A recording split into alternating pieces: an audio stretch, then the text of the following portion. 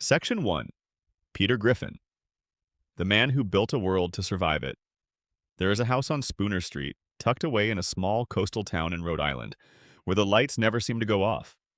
A place where the same family wakes up every single day, goes through the same routines, argues over the same dinner table, and somehow always ends up back at square one by morning. Everything resets. Nobody ages quite right. The same man keeps surviving things that would kill a real person. The same baby never learns to walk.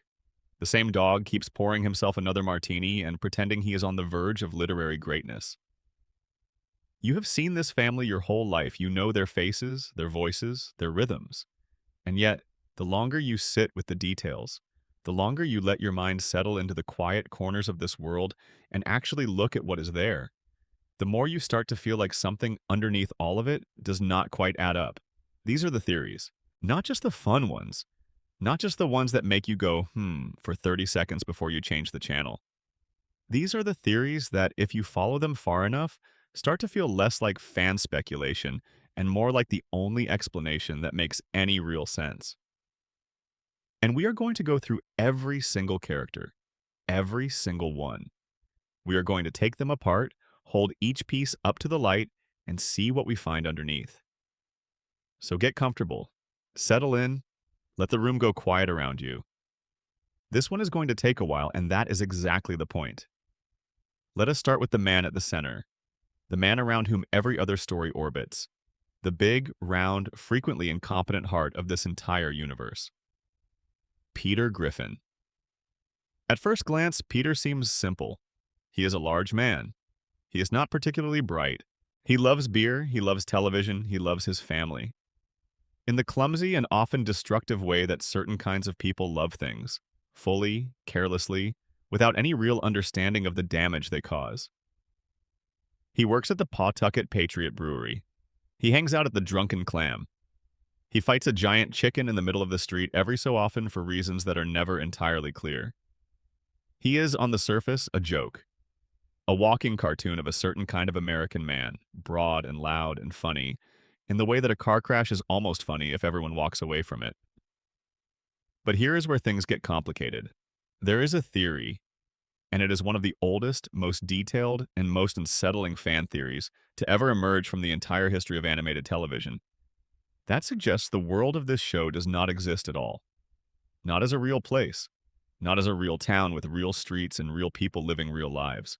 What the show is actually depicting, according to this theory, is the interior of a broken mind. Specifically, the mind of a man named Peter Griffin, who is not sitting in a house on Spooner Street at all. He is sitting in a room with white walls. He is medicated. He has been there for a very long time.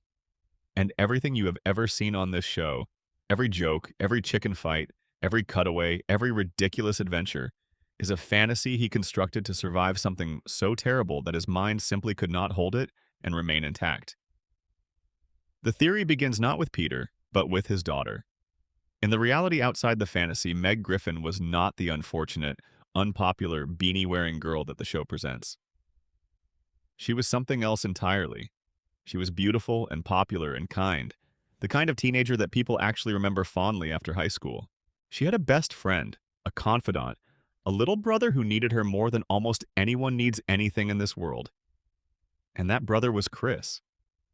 In reality, the theory goes, Chris was born with a significant cognitive disability, the result of oxygen deprivation during a difficult birth. He was gentle and sweet and completely dependent on the people around him who loved him, and nobody loved him more fiercely or more protectively than Meg. One night, Meg took Chris to a party. She was young. She wanted him to feel included. She wanted him to feel normal. She had one drink too many, then another, and then she made the decision that ended everything. She got behind the wheel of a car with her brother in the passenger seat, and she drove home. And somewhere along the road, something went catastrophically wrong. The car crashed. Both of them died, Chris instantly, Meg shortly after. When Lois learned what had happened to her two older children, something inside her fractured beyond any possibility of repair. She was pregnant at the time, carrying the baby that would have been Stewie. And in the depths of her grief, she made a choice that cannot be undone. She ended her own life. She never held that baby. She never saw him. Stewie was never born, and Peter, who had already lost 2 children, found himself also losing his wife, his unborn son, and whatever version of himself had existed before that moment. He lost his mind. He was institutionalized. And somewhere inside that institution, in a room that smells like antiseptic and old carpet, he began to build. He built Meg back. He brought her home in his mind, but guilt twisted her shape.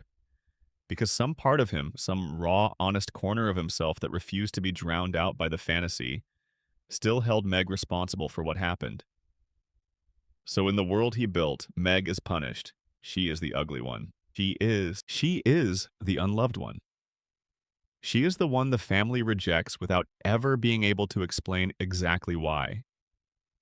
The resentment lives in the construction itself, woven into every cruel joke, every dismissal, every moment where Peter treats his oldest daughter like she does not matter. It is not cruelty for the sake of cruelty.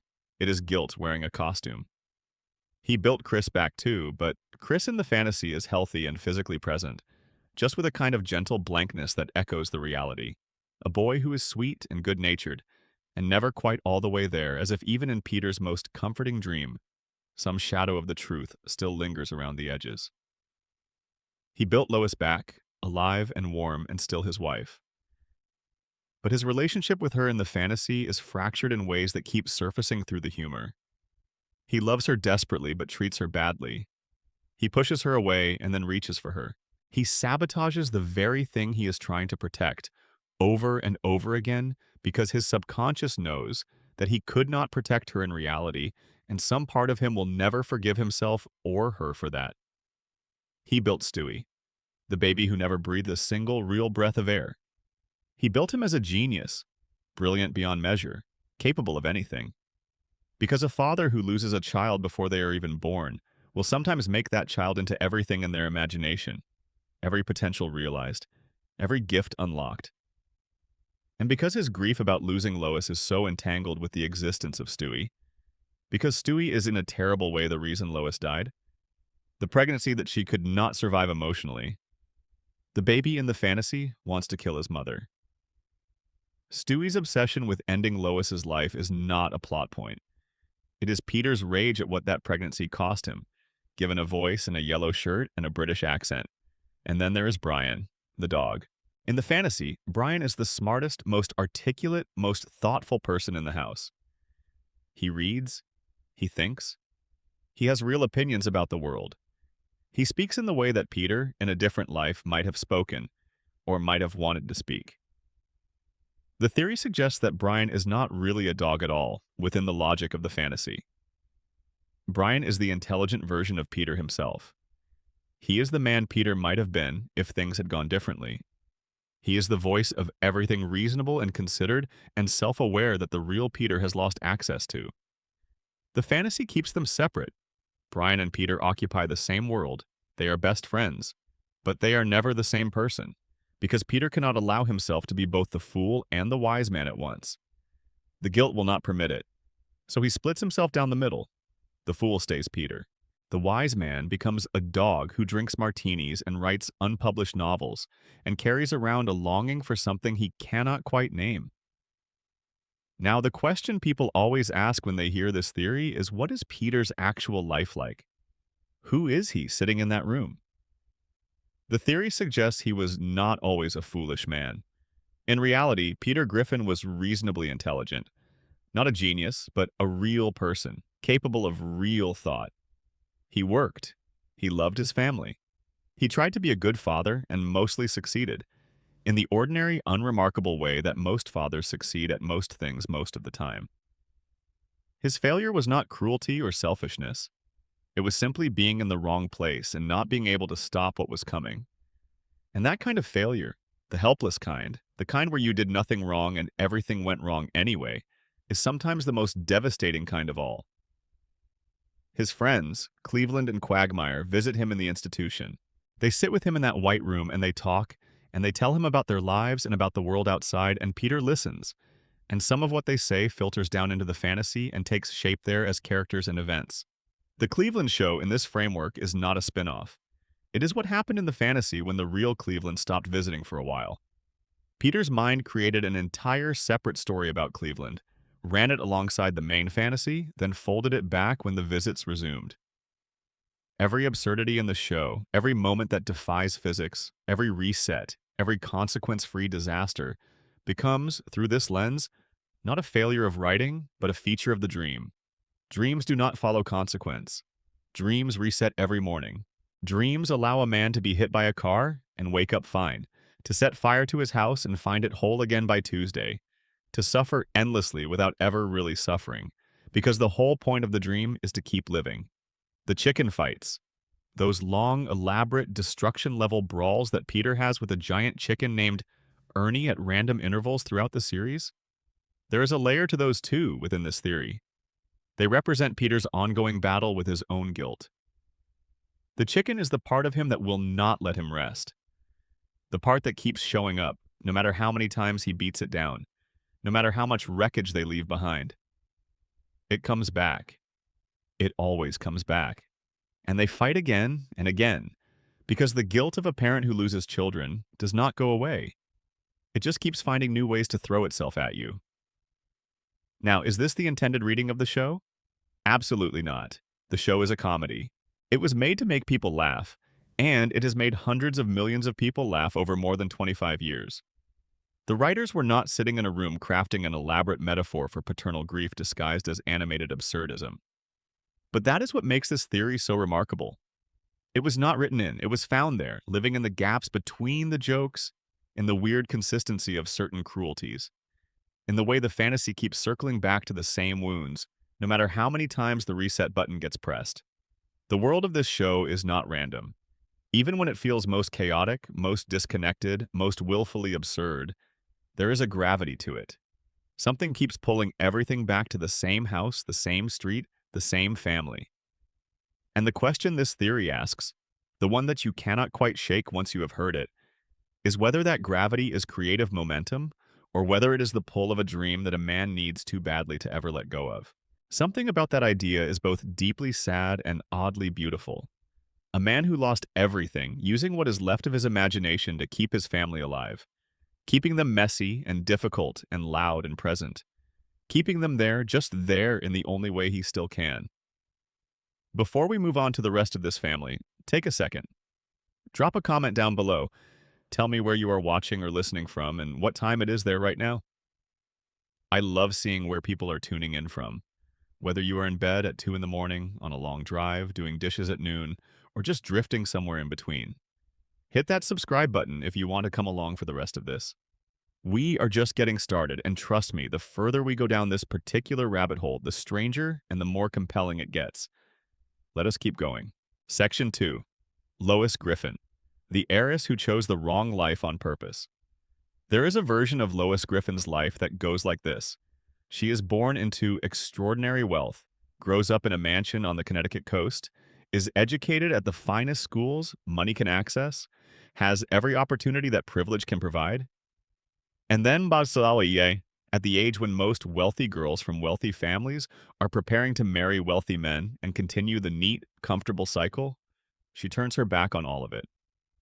She marries Peter Griffin. She moves into a house on a normal street in a normal town, and she cooks dinner and she plays piano and she manages a family that is, by any objective measure, a complete disaster. And she does this for decades. She stays.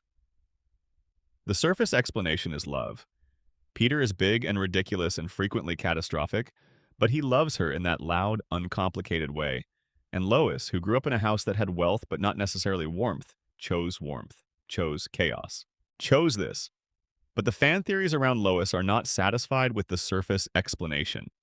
Because when you look at what the show actually tells us about Lois Pewterschmidt's past, the things scattered across 20-plus years of episodes like breadcrumbs in no particular order, a much stranger and more interesting picture starts to emerge. Lois, before Peter, was not simply a sheltered rich girl waiting to be swept off her feet by a brewery worker. She was, by multiple accounts from the show itself, a deeply wild person. She had a phase, a long one, an extended stretch of her life that she does not talk about at dinner, that her parents definitely do not bring up at Thanksgiving, that surfaces only in occasional throwaway lines and brief flashbacks that the show treats like jokes, but that, when you stack them on top of each other, paint the portrait of someone who was genuinely, comprehensively going off the rails. She was apparently involved with Kiss, not as a fan. She toured with them, or near them, or in some capacity that the show is deliberately vague about, in that way that implies everyone in the room knows exactly what they are not saying. She was apparently involved in some capacity with a Depeche Mode tour in 1984. There is a deleted scene where Francine Smith from American Dad alludes to having met Lois at one of those shows in a context that makes clear neither of them came to that event for the music. She has references in her past to addiction, to theft, to behavior that her current life as a careful, measured, piano-playing mother seems designed to overwrite as completely as possible.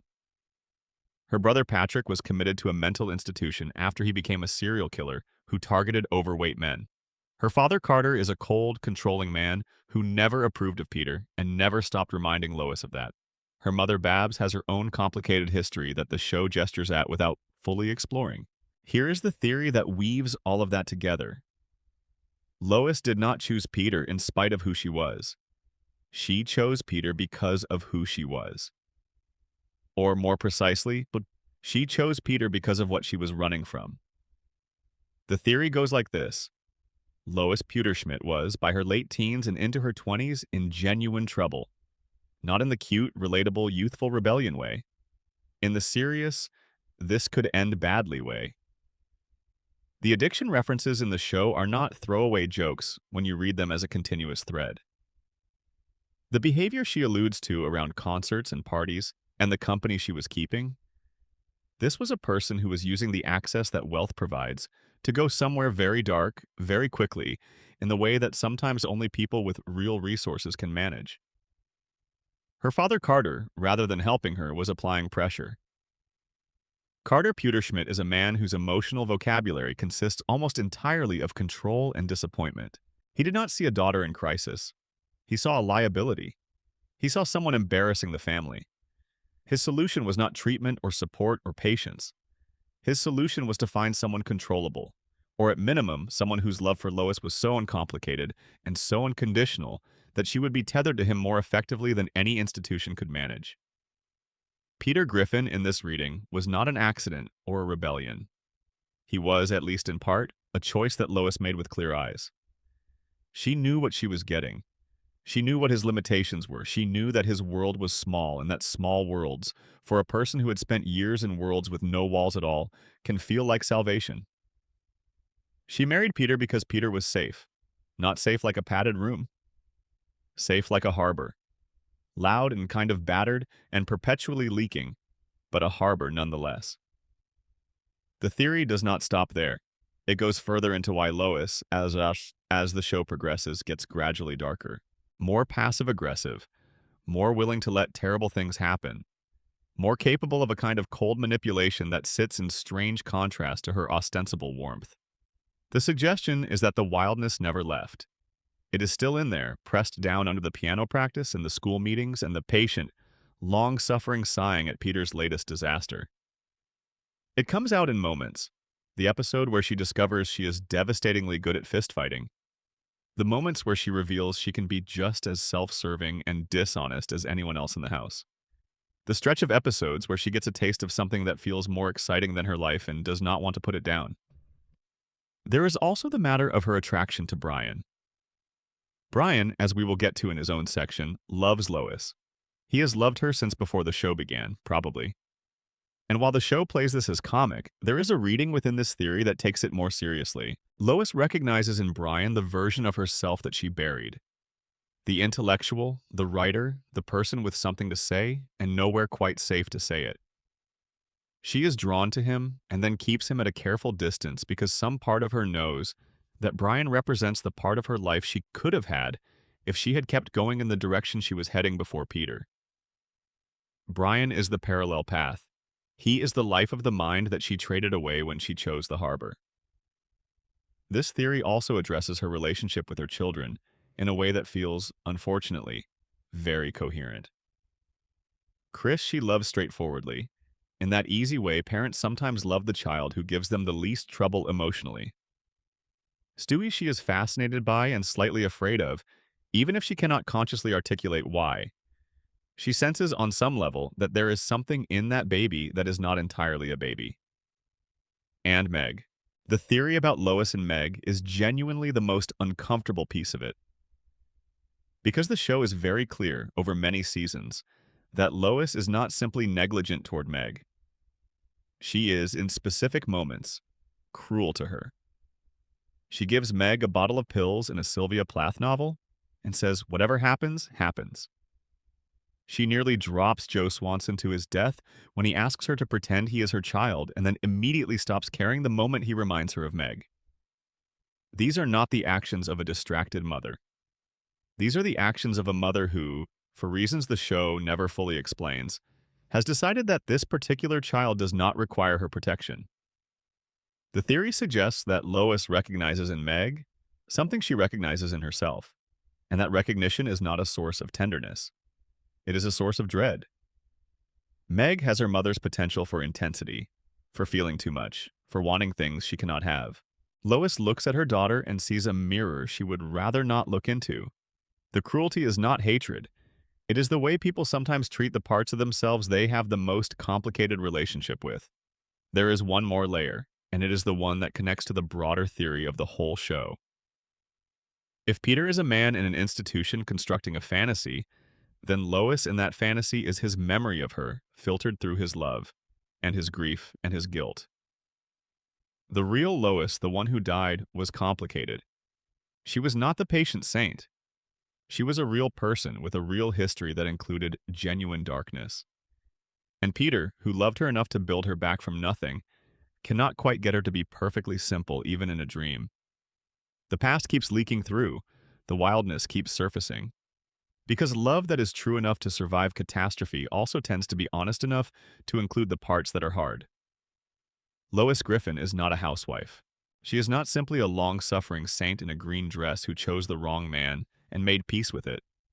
She is someone with a history she never quite outran, a depth she never quite allowed herself to fully inhabit, and an inner life the show keeps hinting at without ever quite opening the door all the way.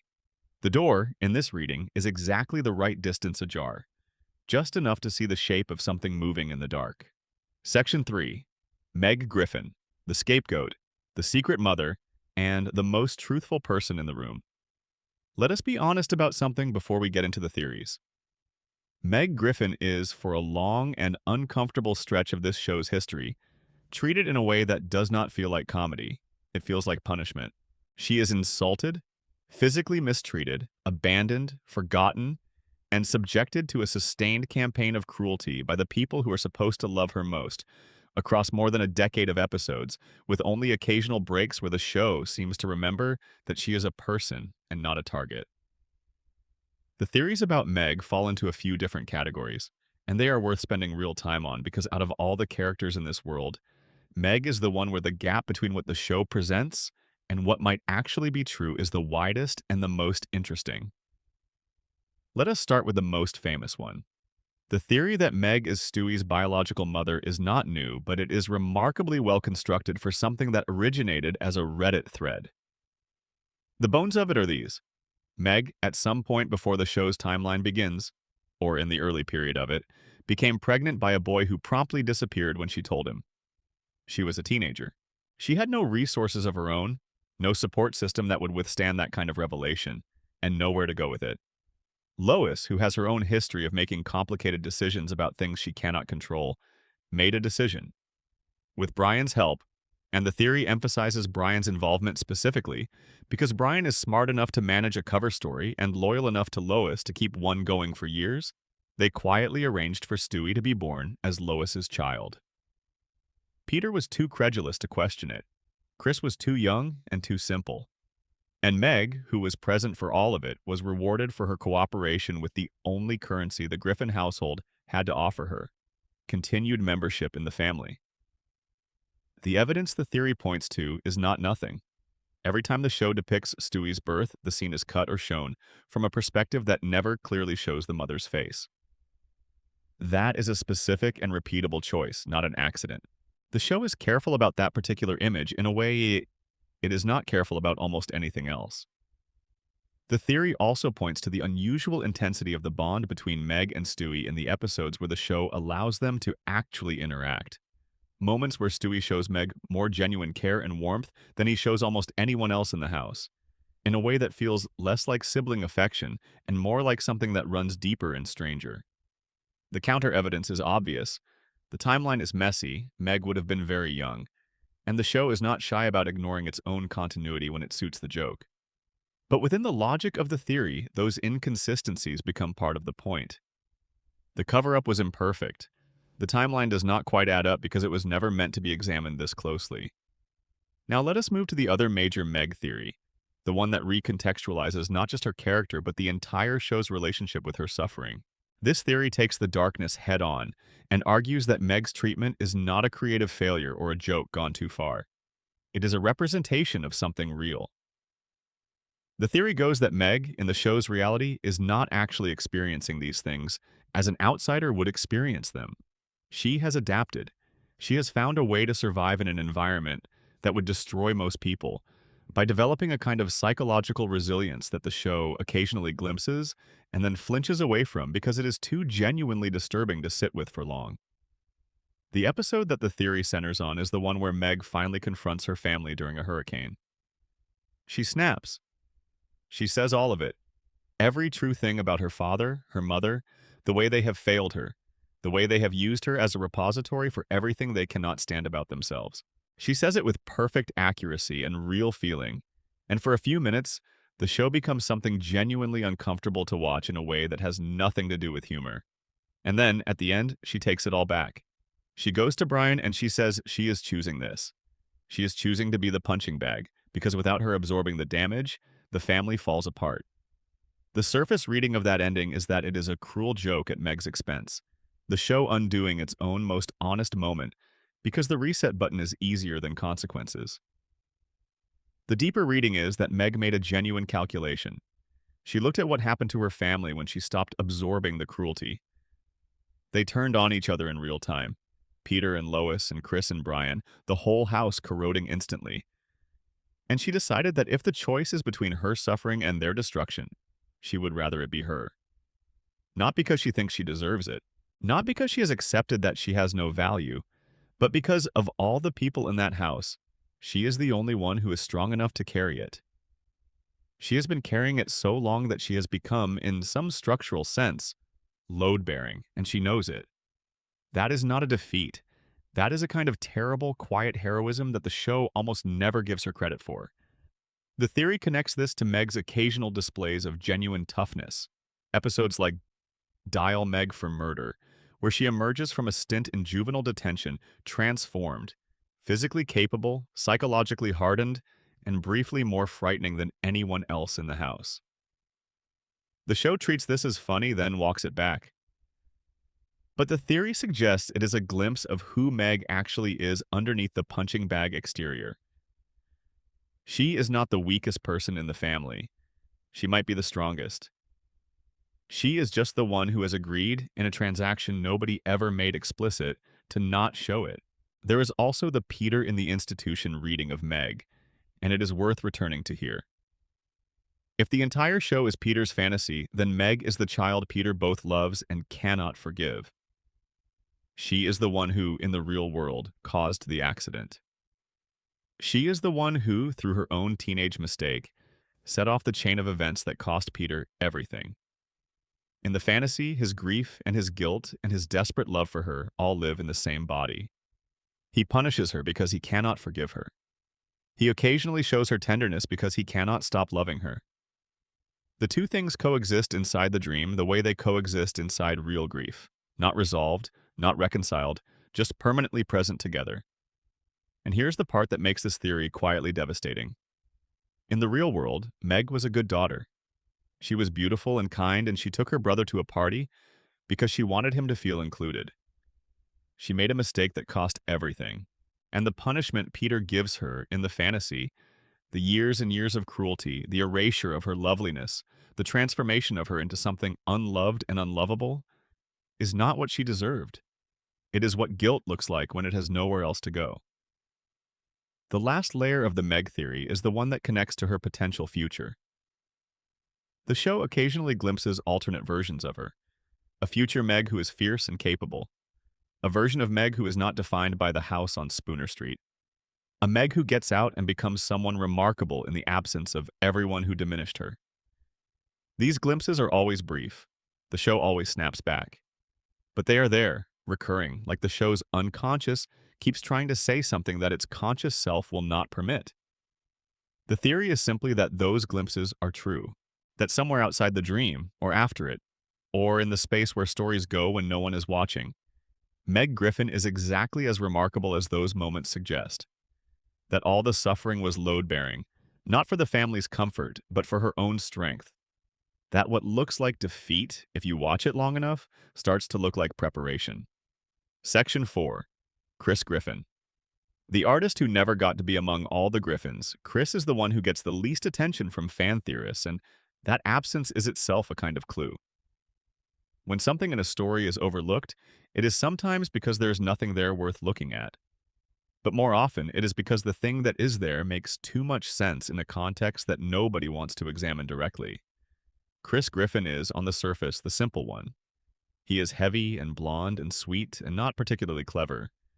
He does not do well in school. He has a monkey in his attic for a while that nobody likes.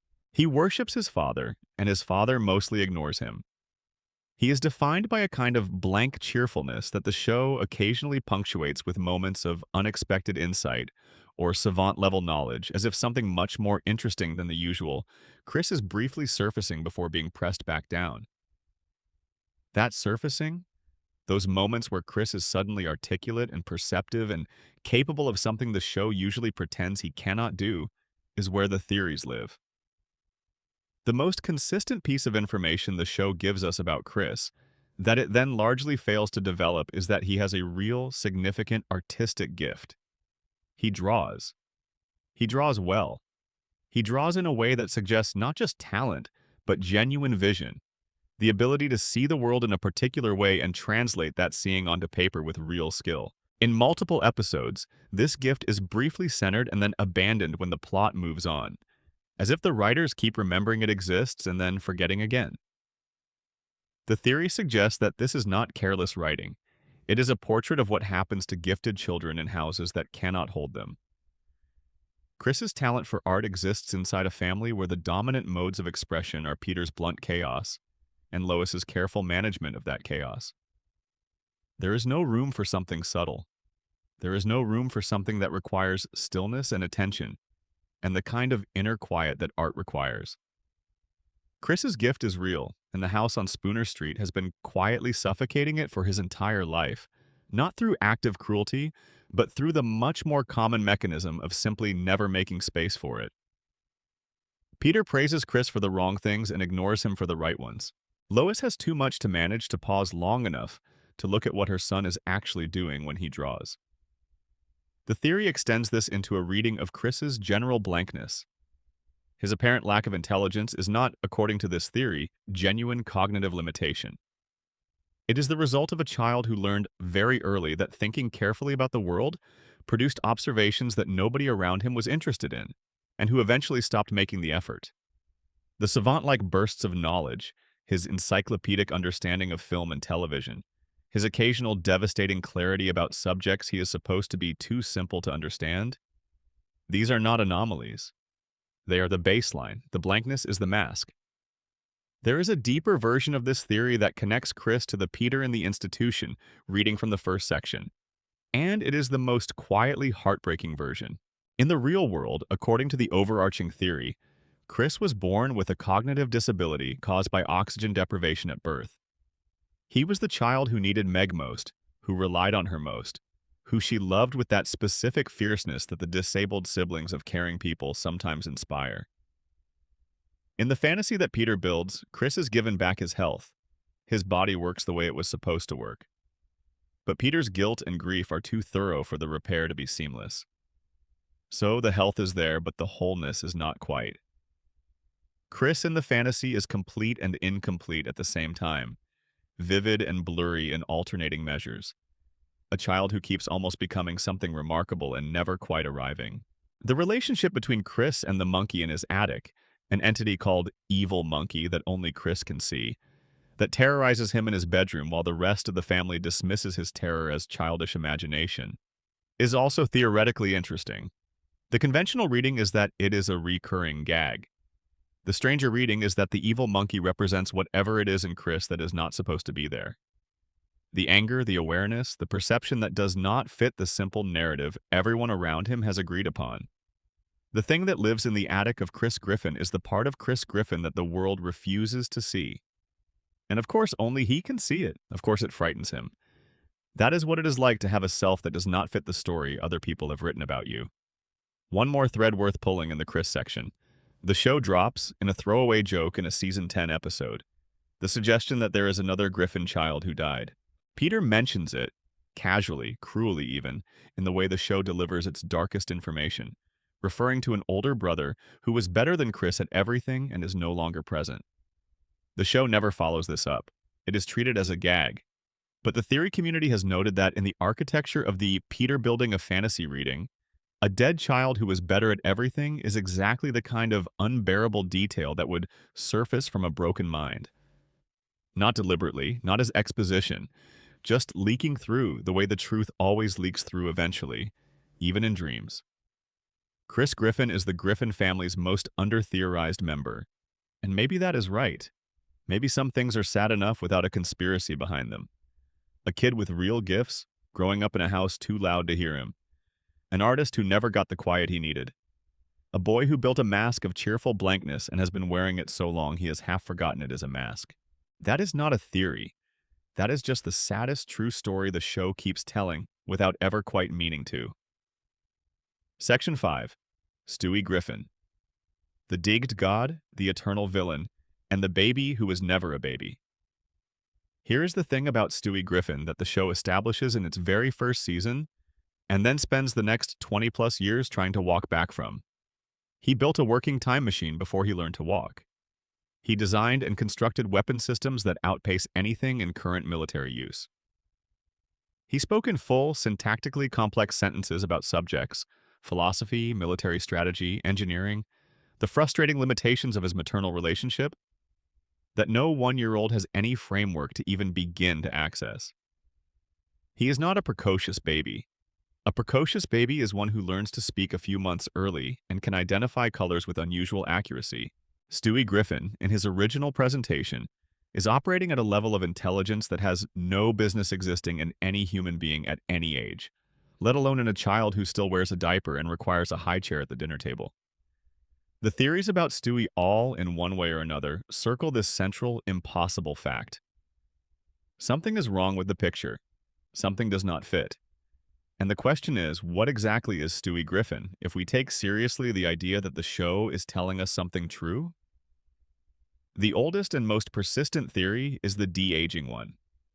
It goes like this. Stewie Griffin is not a baby. He is an adult, possibly a very old adult, who used his own advanced technology. The same technology that has produced time machines, dimensional portal devices, mind control rays, and a functioning teleporter. To reduce himself to infancy. He did this deliberately. He chose to be a baby for reasons that the theory explores in several directions, but the most compelling version is the one connected to Brian. The theory suggests that Stewie did not want to outlive Brian. Dogs do not live as long as humans. Stewie, whether he is a brilliant adult or something stranger still, has formed a bond with Brian Griffin that is the most important relationship in his world. The idea of Brian getting old and dying while Stewie continued forward is intolerable to him. So he found a solution. He pulled everyone back. He de-aged himself, he de-aged the people around him, he reset the clock so that the same years keep cycling without anyone advancing toward their natural endpoint. The frozen time of the show, the way nobody ages properly, the way seasons pass without anyone getting meaningfully older, is not a convention of animation. It is an active, ongoing technical project being managed by a being who simply refused to let his best friend die. The evidence for this theory is scattered across the show in ways that are easy to miss individually, but striking when you aggregate them. Stewie's vocabulary and syntax are not those of a child learning language for the first time. They are those of a person who has used language for a very long time and has a sophisticated, practiced relationship with it. His emotional landscape, his capacity for jealousy, for strategic cruelty, for the kind of dry detachment that comes from having seen quite a lot of the world, is not the emotional landscape of infancy.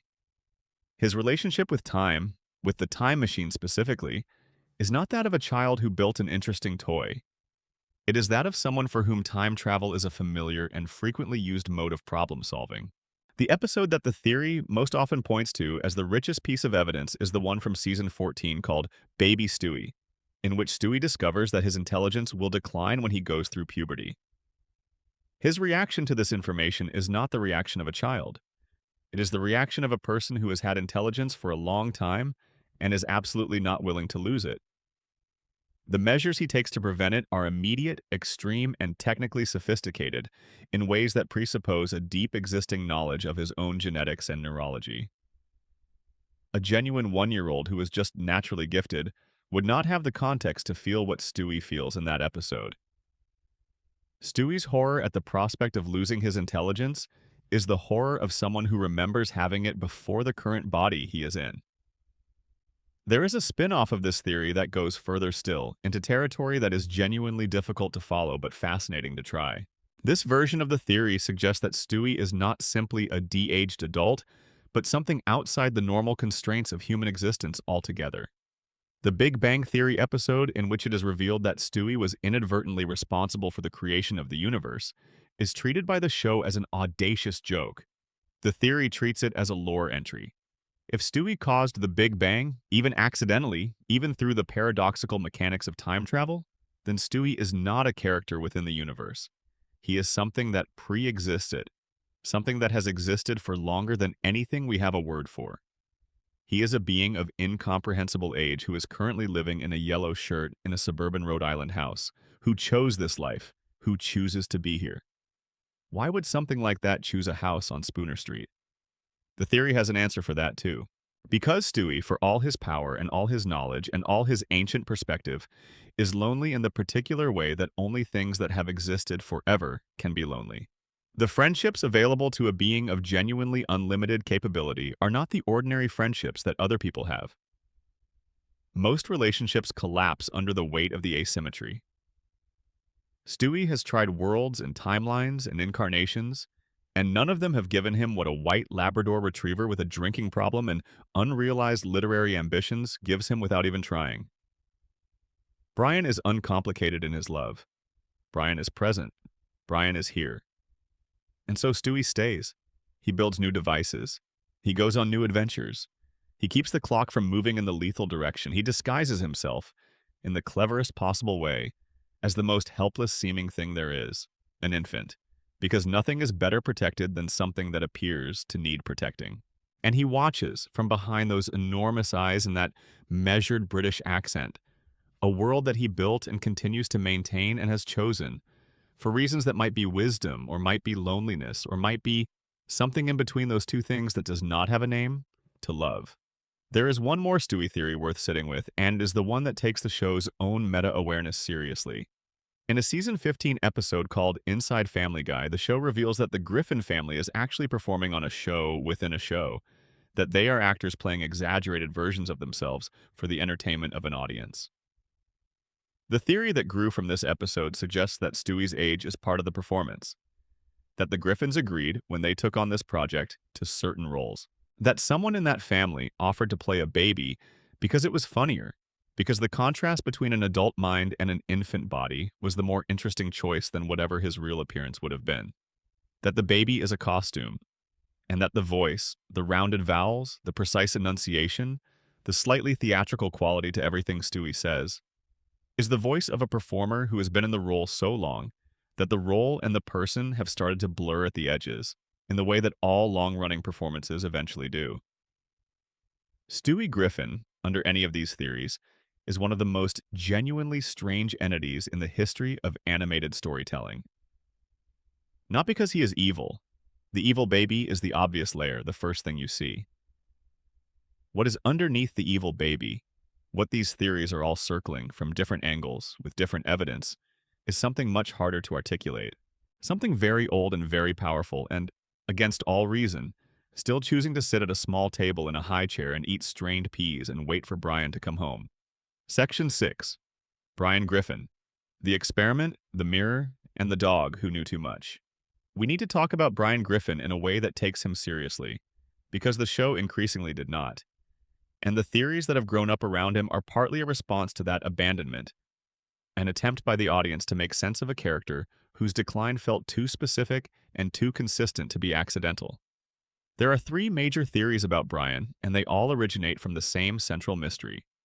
Brian Griffin is a dog who should not exist. Not just in the talking dog on a cartoon sense, in the specific, concrete, detail-supported sense that the show itself provides. A white Labrador retriever from Austin, Texas, who was abandoned by the family that originally owned him, who was picked up by Peter Griffin on the side of a highway, who speaks, writes, drives, holds opinions, falls in love with human women, has an ongoing crisis about the meaning of his own existence, and understands the mechanics of time travel well enough to be an active participant in it. Dogs do not do any of these things. The show acknowledges this inconsistency occasionally and then moves on, but the theories do not move on. They want to know how. The first and most structurally interesting theory is the CIA experiment one. This theory proposes that Brian Griffin is not a naturally occurring dog at all. He is the result of a government research program. One of several we know has existed in the world of this show, given that the goldfish character Klaus in American Dad is explicitly a man whose brain was placed into a fish's body by the CIA. The precedent for that kind of experiment exists within the shared universe. Brian, in this theory, is a further development of the same program. A dog selected for his genetics whose cognition was enhanced through some combination of biological modification and possibly a surgically or chemically introduced human consciousness, not a transplanted consciousness the way Klaus's was, but something more integrated, a blending, a rewriting of what a dog can be from the ground up. This would explain not just Brian's speech and literacy, but the specific texture of his psychology. He thinks in human categories but responds to the world with the instincts of a dog in ways he cannot quite suppress. He chases squirrels. He licks things. He experiences abandonment as something physical and total, the way dogs experience it, not the way humans rationalize it. He loves Peter with a loyalty that is not quite human love, and not quite dog love, but something in between. Something that was made rather than grown naturally. The CIA connection would also explain why no one in the show seems to find Brian's existence particularly remarkable. If the program is known to a small circle of people, and if Brian was deliberately placed with the Griffin family as some form of ongoing observation, the theory does not fully commit to what he was supposed to be watching, but the Griffin family's general tendency to be at the center of remarkable events makes them plausible subjects. Then the people who know would not comment on it, and the people who do not know would simply accept Brian the way humans accept most impossible things, which is to say gradually and without examination. The second major theory is the one that connects most directly to the Peter in the Institution reading. In this framework, Brian is not a dog at all. He is the intelligent part of Peter himself, the part that reads, the part that thinks carefully about the world, the part that recognizes when something is wrong and says so, the part that has feelings about things other than beer and television. Peter's mind, in constructing the fantasy, could not hold all of those qualities in the same person as the one he wanted to be. The funny one, the lovable fool, the big man at the center of the story. So he split them off. He gave the intelligence and the literary aspiration and the self-awareness to someone separate. He made that someone a dog, because a dog is loyal and present and uncritical in the way that the most honest part of a person cannot always manage to be. This theory has real explanatory power for some of the show's more uncomfortable moments. When Brian does terrible things, and the catalog of terrible things Brian does in later seasons is genuinely extensive, it is the intelligent part of Peter acting out, the part of him that knows what is right but does it anyway, the part that recognizes cruelty in theory but practices it regardless. Intelligence without conscience is not wisdom. It is just cleverness in service of whatever the host organism wants in that moment. And Peter's fantasy, being a construction of grief and guilt and barely managed despair, wants things that are not always good. The alcoholism theory is the third and in some ways the most grounded one, because it requires no supernatural machinery to function. Reddit user Grandmaster Sexay, in a now famous post, argued that Brian's character decline across the seasons, the intellectual pretension without intellectual substance, the ethical positions without ethical behavior, the charisma that gets meaner over time, follows the arc of actual addiction with uncomfortable accuracy. Alcohol does this to people. It does not simply impair performance. It rewires personality. It calcifies the worst tendencies while eroding the best ones. It builds a version of the self that is increasingly brittle and self-serving and incapable of the kind of honest examination that real growth requires. Under this theory, the Brian of the early seasons, thoughtful, genuinely kind, capable of real friendship and real sacrifice, is Brian before the disease progressed. The Brian of the later seasons, pretentious, hypocritical, willing to do genuinely monstrous things and experience no apparent remorse, is Brian after it has been running unchecked for a long time. The fact that no one in the house does anything meaningful about it is not a plot hole. It is a realistic portrait of how the people who love alcoholics often operate, which is to acknowledge that something is wrong and then continue to hand the person a drink. There is a fourth layer to the Brian theories that does not get talked about as much, but is worth mentioning here because it connects to the show's own occasional self-awareness about its most famous character. Brian is voiced by Seth MacFarlane in his own natural speaking voice. Not a character voice, his actual voice.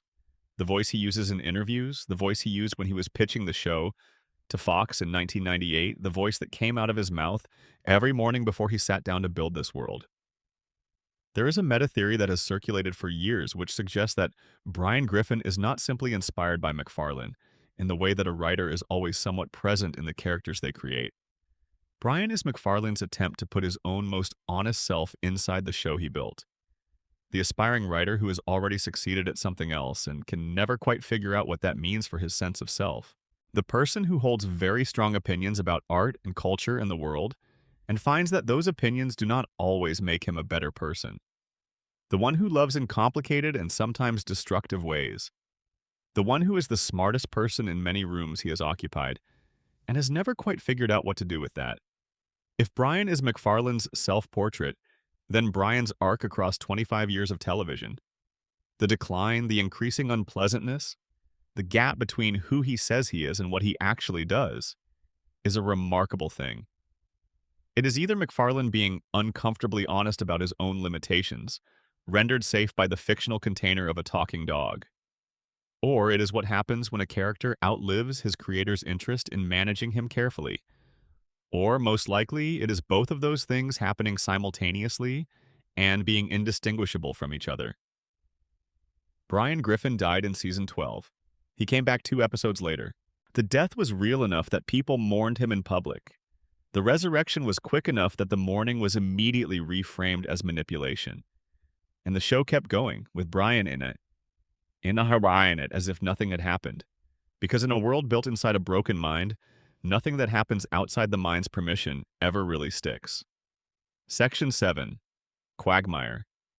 The Incubus, the Dark Mirror, and the Man Outside Time. Glenn Quagmire is, in the official taxonomy of this show's characters, a sex-obsessed neighbor with a square jaw and a catchphrase. He is Peter's friend. He is a commercial airline pilot. He has a sister and a complicated relationship with his father, and an ongoing enmity with Brian that the show eventually develops into one of its more interesting dynamics. He is, at first glance, a joke in the shape of a man, the human-shaped id, the embodiment of appetites given teeth and a collared shirt. But the theories about Quagmire are stranger and more genuinely unsettling than almost anything else in this world. Because they start from a simple empirical observation that the show makes repeatedly and never quite explains. Glenn Quagmire, across 20-plus years of episodes, does not age. He is consistently described as being in his mid-60s and older as the seasons progress, but he looks and functions and behaves like someone in his early 30s at most. The show makes this explicit in multiple episodes. Characters comment on it. Quagmire himself alludes to it with that particular brand of confidence that suggests someone who has made their peace with something the rest of the world finds strange. The theory that has grown up around this is the incubus theory, and it is more coherent than it has any right to be. An incubus, in folkloric tradition, is not simply a creature of carnal appetite. It is a being that exists in a space between the human and something else, something that uses the mechanics of human attraction and desire as a source of sustenance. Incubi, in the old accounts, are almost never described as obviously monstrous. They are described as magnetic, attractive, able to appear as the person most likely to capture the attention of whoever they are targeting. They do not age the way humans age. They move through human lives without being fully subject to human constraints. They weaponize charm in a way that operates at a level below conscious awareness. The theory maps all of this onto Quagmire with uncomfortable precision.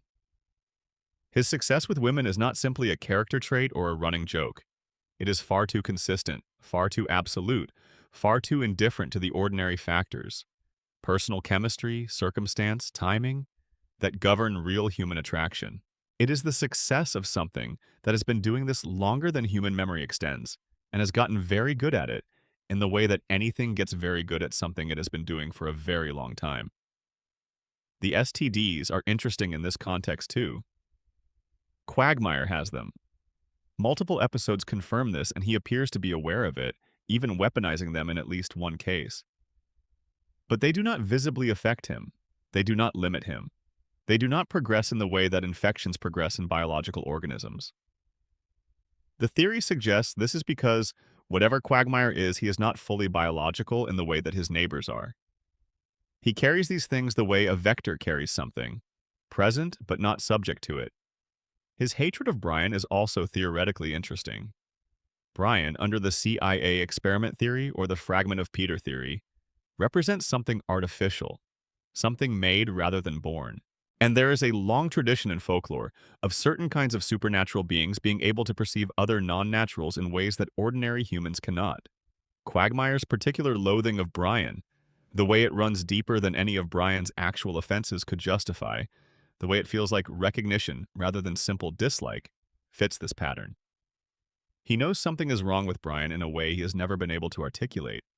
He just keeps saying Brian is a phony, that there is something fake about him, that he cannot stand what Brian actually is. He is right. He just does not have the language for exactly why. The theory about Quagmire's age also intersects with one of the show's most interesting structural details, which is the inconsistency of his origin story. His past changes. His exact age is never definitively fixed. His relationship to the events of the show's timeline is fluid in a way that the other characters' histories are not. Under the incubus theory, this is not continuity error. It is a feature of what Quagmire is. Something that has existed long enough, in enough different times and contexts, that its history has become genuinely complicated. He was somewhere else before this house on this street. He has been somewhere else many times. The specifics do not add up because they were never meant to represent a single linear life. The Stan Smith connection, the American Dad character who shares Quagmire's jaw structure and his voice and certain elements of his personality, is a smaller theory that nests inside the larger one. It was observed by the fan community that Seth MacFarlane uses essentially the same voice for both characters, and that their physical design shares a distinctive quality. The theory is simply that they are related, cousins perhaps, or something stranger, with Quagmire as the older branch of a line that has been carrying whatever this non-standard quality is for generations. It would explain why Stan, for all his apparent normality, is also somebody who seems to move through a world of impossible events without being damaged by them in the way he should be. Quagmire at the bar with his friends, raising a glass and saying his catchphrase, it reads one way if he is a joke in the shape of a man. It reads quite differently if he is something very old that is found in the noisy, ordinary life of a house on Spooner Street, something that functions as a kind of rest. Not love, exactly. Something older and less precisely defined than love. The satisfaction of being somewhere that does not require you to explain yourself. The comfort of being near people who will never figure out exactly what you are. There is, in the end, something almost tender about that image. Something very old, sitting at a bar with its friends, pretending to be ordinary, not fooling anyone who looks closely, not quite willing to stop trying. Section 8. Joe Swanson. The broken hero and the body that remembered Joe Swanson was introduced in the first season of the show as the impossibly cool new neighbor. He was in a wheelchair. He was also, demonstrably, the most capable person on the street. Where Peter was clumsy and uncertain and perpetually failing upward through sheer inertia, Joe was deliberate. Joe was competent. Joe was the person you wanted next to you in a crisis, which is a thing that cannot be said about any other resident of this particular neighborhood. Over the seasons, the show did to Joe what it did to most of its characters. Gradually, systematically, it dismantled the things that made him work. His wife fell out of love with him. His friends started mocking his disability rather than respecting his strength. He went from being the man everyone admired to being the man everyone overlooked, which is a familiar arc in this universe, but in Joe's case, it carries a specific weight because it mirrors something real about how society treats people with disabilities, with initial admiration that softens into condescension, that calcifies into dismissal. The theories about Joe are quieter than the ones about some of the other characters, but they cut deep. The most specific and well-supported theory concerns how Joe ended up in the wheelchair. The official show canon says he was injured in the line of duty, that he was a police officer who was hurt in a confrontation involving a crime. The show is inconsistent about the details of that injury. Different episodes give different accounts of what happened, when, and where. Early on, the injury is described as having occurred during a Christmas standoff with the Grinch, which is played for comedy. Later, the show gives a more grounded account that contradicts the first. The inconsistency is treated by the show as unimportant, but the fan community has noted that the specifics keep shifting in a way that suggests either sloppy writing or something being deliberately obscured. The theory that something is being obscured suggests that the real story of Joe's injury is significantly darker than either version the show provides. The most supported variant proposes that Joe was not injured in the straightforward line of duty sense, that the injury happened in a context that involves the kind of gray area that a police officer might not want officially documented. That whatever Joe did before his injury, the version of himself that existed before that night, is someone the present Joe cannot fully look at. This theory connects to something the show does occasionally, which is give Joe moments of what can only be described as barely contained fury. Not the outgoing frustration that Peter displays constantly. Something quieter. A capacity for violence that is held on a very tight leash, that the wheelchair and the procedural identity of being a cop and the deliberate cultivated structure of his life are all, collectively, methods of managing. The theory suggests that the injury was, in some sense, a consequence of that fury being briefly unmanaged. That the wheelchair is not simply what happened to Joe. It is, in some complicated way, what Joe chose or what he accepted as just in the aftermath of something he did that he cannot undo. There is a sub-theory, quieter and sadder, that connects Joe's continued friendship with Peter specifically to this reading. Peter, under the institution theory, never met Joe in real life. He only knows Joe through what Cleveland and Quagmire told him. And what they told him was that Joe was a strong and heroic family man. Exactly the kind of father and husband that Peter always wanted to be and always failed to be.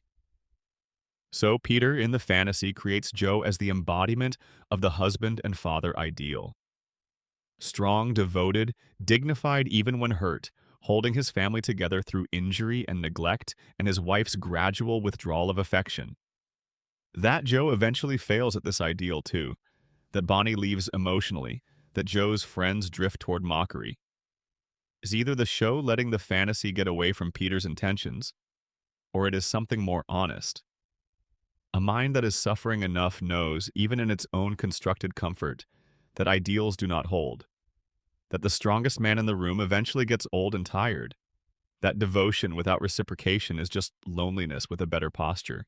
The baby Susie theory is also worth mentioning here, because it involves Joe's family rather than Joe himself, but adds a layer to the Swanson household that recontextualizes everything in it.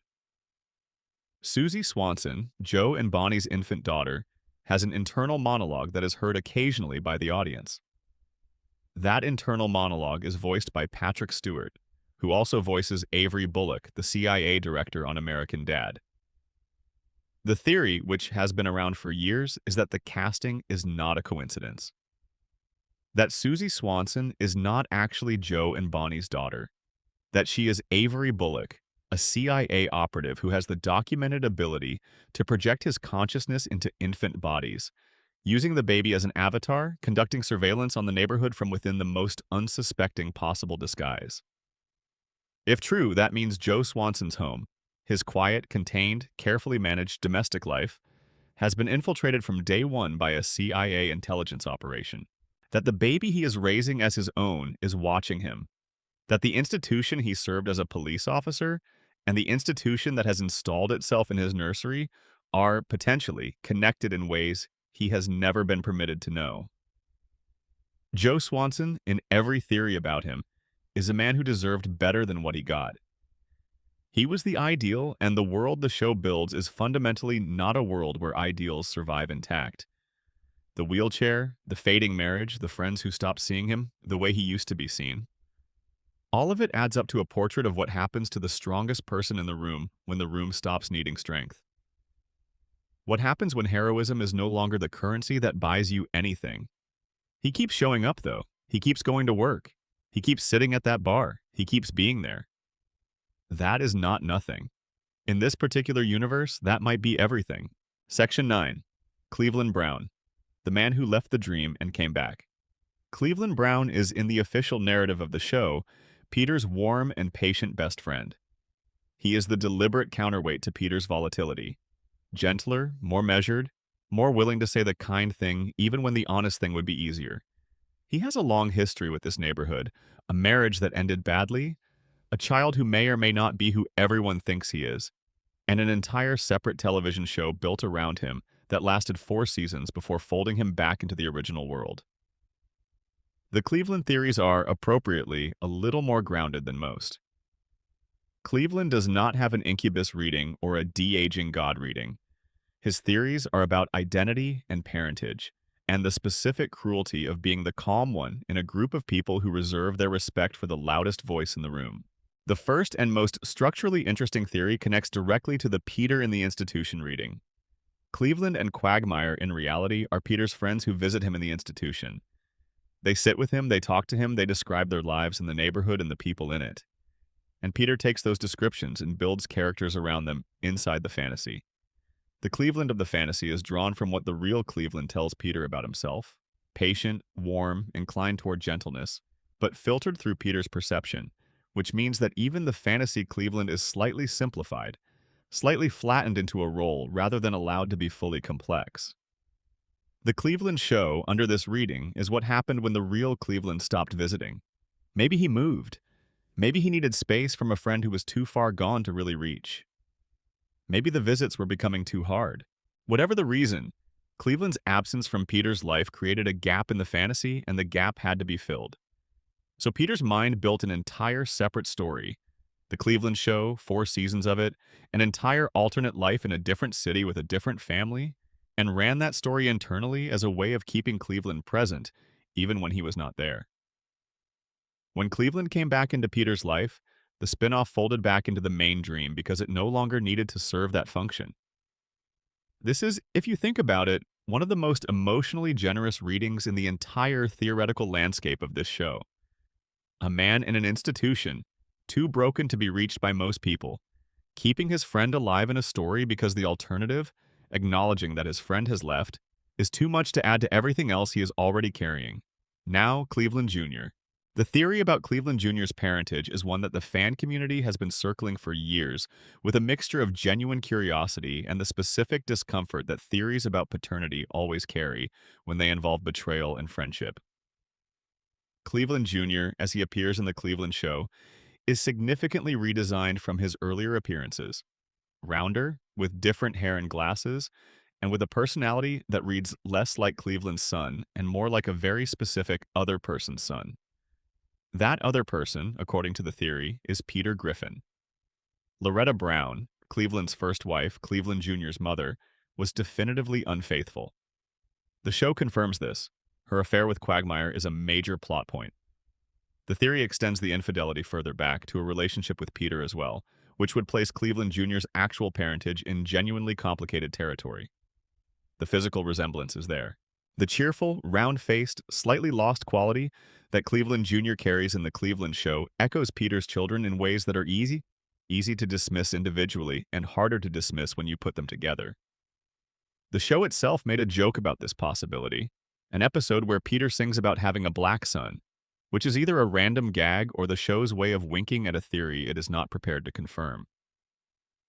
The fan community has largely concluded that the joke was intentional, that the writers know the theory, that the resemblance was not accidental, and that Cleveland Jr.'s whole existence in the world of the show is a walking, amiable, slightly oblivious testament to a secret that Cleveland himself may never have been told. What makes this theory genuinely interesting beyond its tabloid mechanics is what it says about Cleveland's friendship with Peter. If Peter is Cleveland Jr.'s biological father, and Cleveland never knew, then the warmth and patience and gentleness that Cleveland extends to Peter, the long-suffering affection of the group's most stable member toward its most destructive one, takes on a different quality. It is not just decency. It is, in some strange unconscious way, the love of a man for his friend's child. The connection runs deeper than friendship, and neither of them knows it. Cleveland Brown in all of these readings is someone who deserves more credit than he gets. He is the one who stayed. He is the one who kept showing up at the bar, kept sitting at the table, kept being generous in the face of circumstances that would make most people walk away. The theories around him are not about what is wrong with him. They are about what is right about him, and about how the world in which he lives is not designed to reward that particular kind of rightness. Section 10. Mayor Adam West. The genius who chose madness. There is a certain kind of brilliant person who looks at the world as it is organized and decides that the rules governing it are simply not interesting enough to follow. Not because they are rebellious in the ordinary sense, not because they are damaged or destructive or difficult in ways that require management, but because they have seen through the game thoroughly enough that playing it straight has become genuinely boring, and the only way to remain engaged with reality is to introduce a level of chaos that keeps things unpredictable. Mayor Adam West, named after and voiced by the late Adam West in what became one of the most beloved real-person characterizations in animated history, is in the official reading of the show simply insane. He does bizarre things for no reason. He is the comic wildcard, the unpredictable authority figure whose nonsensical behavior is the punchline to a recurring joke about the absurdity of municipal governance and the incompetence of local politics. The theory says he is not insane. He is the sanest person on the show. The theory, which originated in several different corners of the fan community at roughly the same time, builds its case as follows. Adam West's behavior, when examined closely, is not actually random. It follows an internal logic that is genuinely sophisticated, that accounts for variables most of the other characters cannot even perceive, and that routinely produces outcomes that serve West's actual interests in ways that are not immediately obvious. He appears crazy to the people around him because he is operating on a different level of reasoning. He is not failing to apply logic. He is applying logic to a different set of premises. The most commonly cited example involves his various responses to problems that are brought to him as mayor. West routinely ignores the surface problem and addresses something adjacent to it, something that looks irrelevant to everyone in the room, but that, when the events of the episode play out, turns out to have been the actual root cause all along. He is not distracted. He is diagnosing. He identified something several moves ahead of where anyone else is looking, addressed it by appearing to do something unrelated, and never explained himself because the explanation would take longer than the solution. The theory also addresses the question of why someone of West's evident capability would choose to remain the mayor of a small Rhode Island town across what appears to be an extremely long continuous tenure. The answer the theory proposes is that West chose this town specifically, that whatever he was doing before, and the theory leaves this deliberately vague, gesturing toward intelligence work or academic work or some form of consultancy that gave him a comprehensive and deeply uncomfortable picture of how power actually operates in the world. West retired to the smallest possible theater of influence as a form of self-protection. He knows too much. He has seen too much. The safest place for a man who knows what he knows is somewhere no one would think to look for him. The insanity is the camouflage. The non sequiturs are the operational cover. The bizarre cat behavior and the inexplicable civic decisions are the coat of paint over the bunker. Anyone looking for someone dangerous, capable, and comprehensively informed would walk right past the mayor who buys and eats a hat and declares war on a cartographer. The late Adam West, whose voice is inseparable from this character, was apparently genuinely delighted by the role. In interviews, he described Mayor Adam West as a gift, a chance to play someone completely uninhibited, someone who could do and say the things that the conventions of real public life would never permit. The fan community, in building this theory, was in some ways doing something very simple. They were recognizing what West himself recognized, that the most free performance is not the one with the least intelligence behind it. It is the one where the intelligence is so complete that it no longer requires the usual performances of sanity to protect itself. Mayor Adam West is no longer with us. Adam West died in June 2017, and the show, in a decision that was widely praised for its grace, retired the character rather than recasting it. The absence is present, the theories remain, and there is something right about that. That the man who chose the smallest possible theater, who disguised his depth as madness, who made the entire town laugh at him for decades, while doing exactly what he intended to do, should leave behind a mystery that cannot be fully resolved now that the original voice is gone. Some things are better as open questions. Section 11. Death, the multiverse, and the system underneath everything. This show has a recurring character who is the literal personification of death. He shows up in a black robe. He is sociable and somewhat awkward. He has a mother. He has feelings about television shows. He has been to parties. He once took a vacation and left the job of reaping to Peter Griffin, who wore the robe and accidentally killed a large number of people before the real death returned from his break.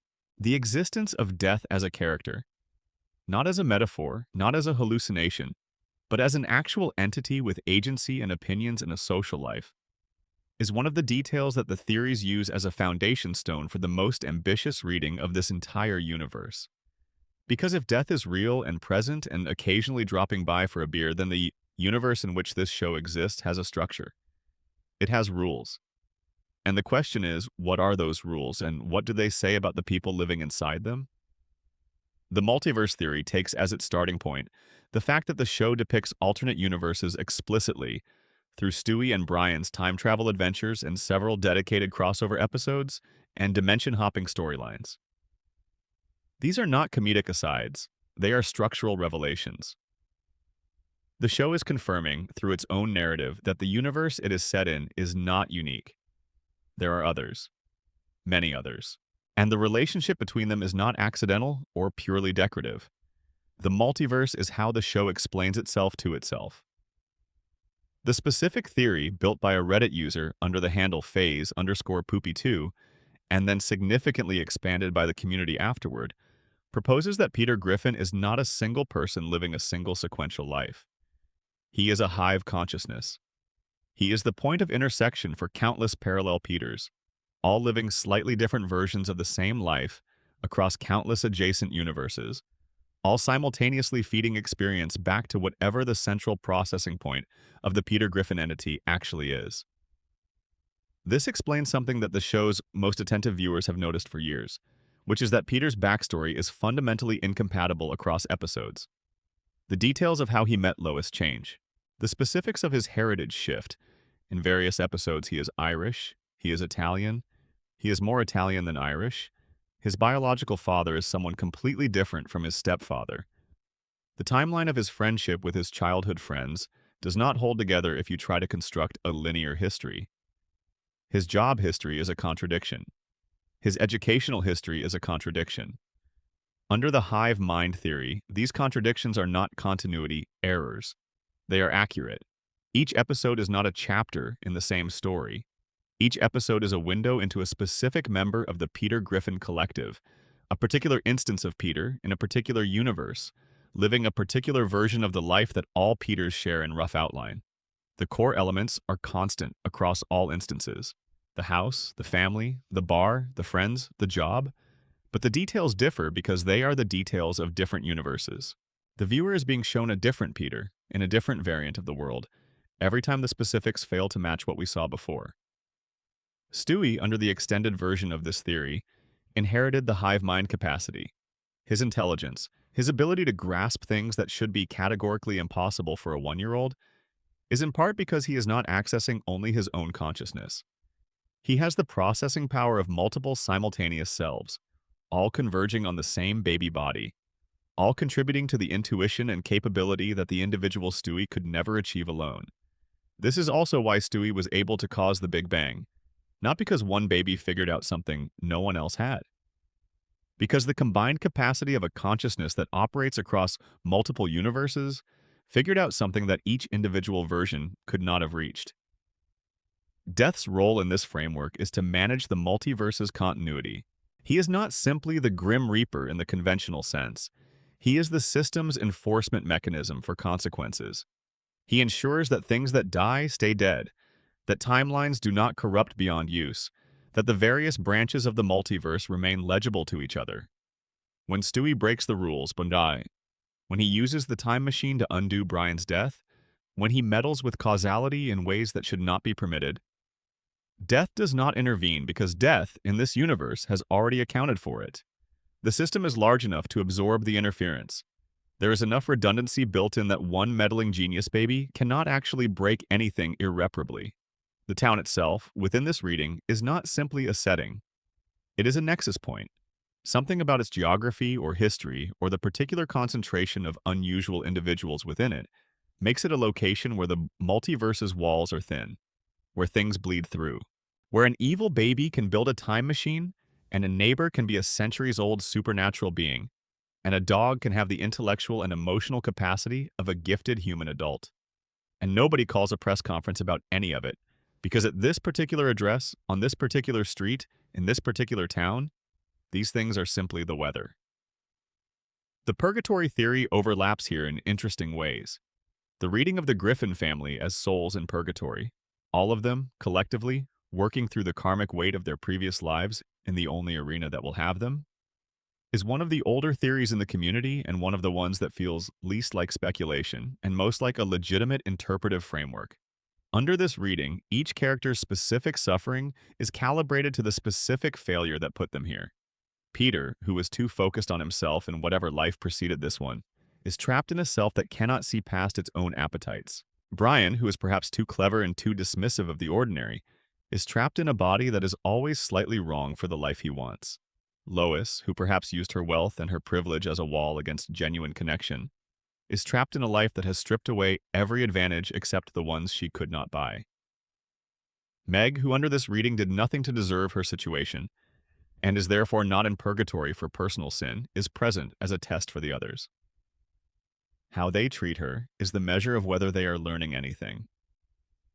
Whether the suffering is doing what suffering in purgatory is supposed to do, which is to say, whether it is making them better. The answer for most of the show's run is no, which is why they stay, which is why the seasons keep coming, which is why nothing ever finally resolves. And Stewie, who does not fit the purgatory model because he keeps getting better rather than worse, is the anomaly that gives the whole system hope. He is the one soul in the house who appears to be actually working through something, who has moved from cruelty toward love, from isolation toward genuine connection, from purely self-interested destruction toward something more complicated and more costly. Stewie in purgatory is the student who is almost done, the one for whom the lesson is almost complete. And maybe that is why the show cannot quite let him leave, because the moment Stewie fully becomes who he is capable of being, the purgatory has no more reason to keep him. Section 12. The Town, the Street, and the Grand. Unified Theory of Spooner Street. We have been in individual rooms long enough. Let us step back now, go all the way outside, stand on the sidewalk, and look at the whole house, and ask the question that all of these theories are collectively circling. What is this place? Not the town in the sense of the fictional setting of the show. What is this place in the sense of the place where all of these theories converge? Because what is remarkable about the theories we have covered tonight, taken together, is that they are not contradictory. They are compatible, more than compatible by, they are complementary. They fit together in a way that suggests they are each approaching the same large truth from different angles. Peter is a man in an institution, building a world to survive his grief, and that world is a multiverse nexus, and the family he has built is in purgatory, and the baby he never got to meet is a consciousness of genuinely extraordinary age and capability, and the dog he built from his own intelligence has been destroyed by the same addiction that nearly destroyed the real Lois. And the neighbor, who seems to be an ancient supernatural being, is here because this specific address on this specific street is thin between worlds, and the daughter he loves and cannot forgive is the most important structural element in the entire construction. And the mayor is hiding his real nature behind a mask of socially acceptable madness, and the detective next door is raising someone else's child while a CIA operative watches from the crib. There is a logic to this, a strange and melancholy and occasionally beautiful logic. The street itself, Spooner Street, is worth examining for a moment. A spooner is, in one archaic definition, someone who is sentimental, someone who is excessively romantic, who holds on to feeling past the point where letting go would be more practical, someone who spoons, who holds close rather than releasing. The name of the street where this family lives is the name of the quality that built the world they inhabit. Sentiment. The refusal to let go. The insistence that what was loved can be kept, one way or another, through enough imagination and enough will and enough stubborn, irrational love. The show has been on the air since January 31st, 1999. It premiered right after Super Bowl 33. It was canceled twice and came back.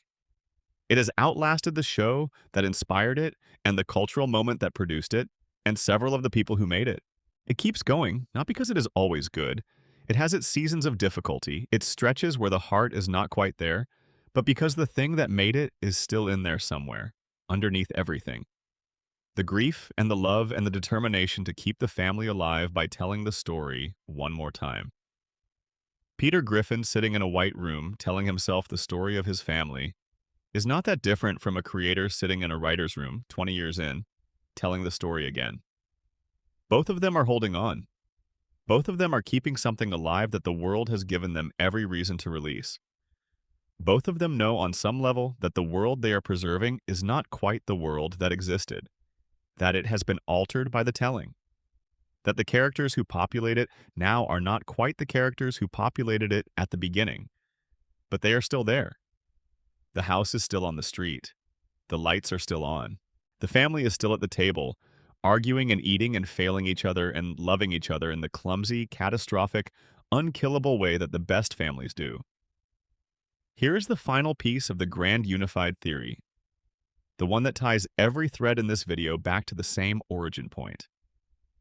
The show Inside Family Guy in Season 15 suggests that the Griffins are actors playing themselves. But the theory community has taken this further. The idea is that the entire show, all 25-plus years of it, is a performance that the Griffins have been giving for an audience they are fully aware of. They know we are watching. They have always known. The fourth wall breaks are not accidents or stylistic flourishes. They are acknowledgments. Moments where the performers and the audience make eye contact across the space that separates them. And in that reading, the show is not just a comedy about a dysfunctional family.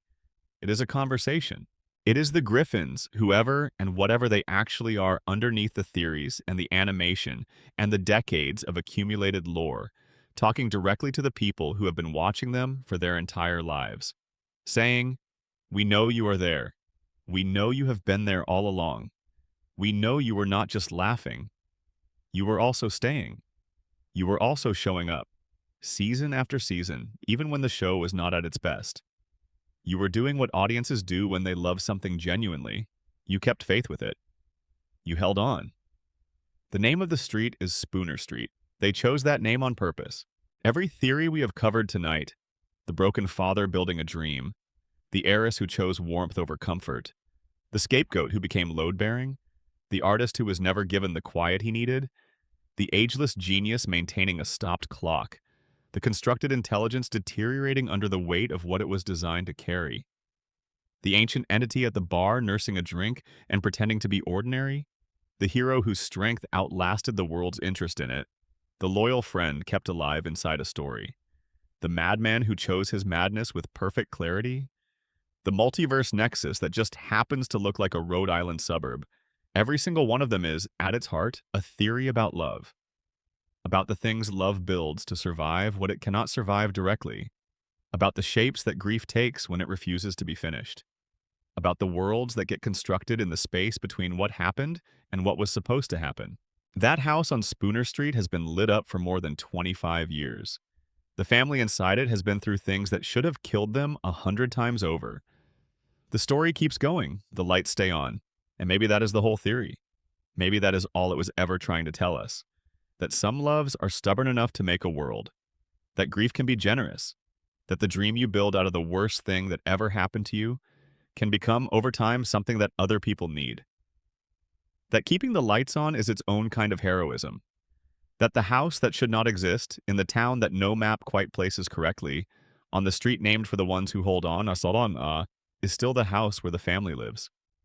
Still there. Still going. The lights are still on. That is every theory, every character, every thread we have been pulling tonight, stretched all the way out and laid flat, and you can see how they connect. Peter to Lois, to Meg, to Chris, to Stewie, to Brian, to Quagmire, to Joe, to Cleveland, to the mayor, to Death, to the multiverse, to the street, and all the way back to the man in the white room who started it by refusing to let go. If you made it this far, you are either deeply into this topic or you fell asleep somewhere around section 4. And this script has been playing in the background while you drift. Both of those outcomes are exactly correct. Both of them are why this channel exists. Drop a comment with your favorite theory from tonight. Tell me which one got you the most. Tell me if there is a character we did not cover who you think deserves their own deep dive. Tell me where you are watching from and what the night sounds like where you are right now. If you have not subscribed yet, this is the moment to hit the button. It is free. It means you will be there for the next one, and the next one after that, and all the ones that follow. We have a lot more of this world left to explore, and I would rather do it with you here. Thank you for being here. Sleep well. And remember, somewhere in a room right now, someone is keeping the lights on and telling the story one more time. That is the only theory that has ever mattered. Uncle Guy lore. All theories discussed are fan-generated interpretations. Sources include Reddit, WatchMojo, CBR, Looper, Screen Rant, TV Tropes, and the Family Guy Wiki. Speculation is clearly presented as such throughout. This script is written for ASMR narration and 11 Labs voiceover generation. Section 13. The Giant Chicken. The Guilt That Never Dies. His name is Ernie. Not many people know that. Ernie the Giant Chicken. He runs a business. He has a wife. He has a life completely separate from Peter Griffin that the show occasionally acknowledges and then returns to ignoring. Because the point of the giant chicken is not his domesticity. The point of the giant chicken is the fight. The first time Peter and Ernie fight, the explanation is absurdly mundane. Ernie handed Peter a coupon that had expired. Peter got angry. Ernie got angry back. And what followed was a pitched battle that destroyed half the town, leveled buildings, sent them both crashing through glass and concrete and asphalt, left them both battered and bleeding, and somehow, at the end, walking away from it. Both alive. Both intact enough to resume their ordinary lives until the next time. The show has revisited this fight repeatedly across its history. Each time it escalates. Each time the destruction is greater. Each time the investment of both parties seems wildly disproportionate to whatever the original grievance was. Each time they stop. Not because one of them wins. Not because the conflict is resolved.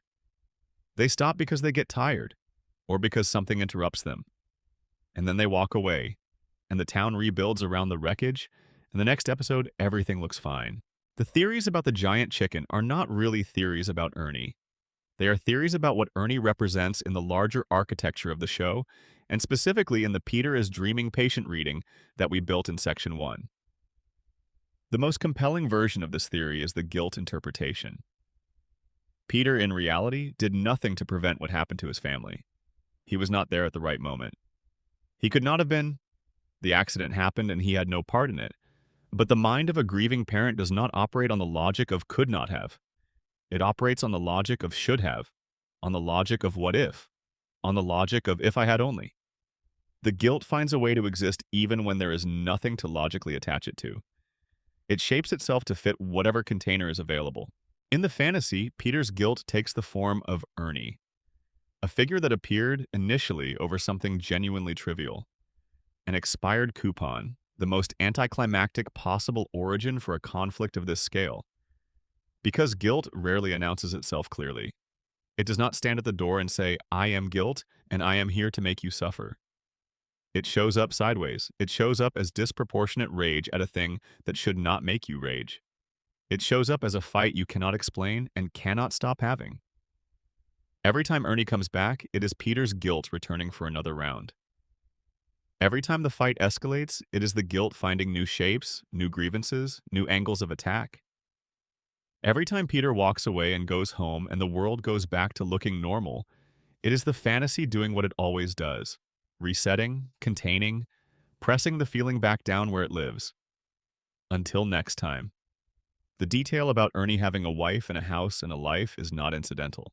It is the dream's acknowledgement that the guilt is not all there is.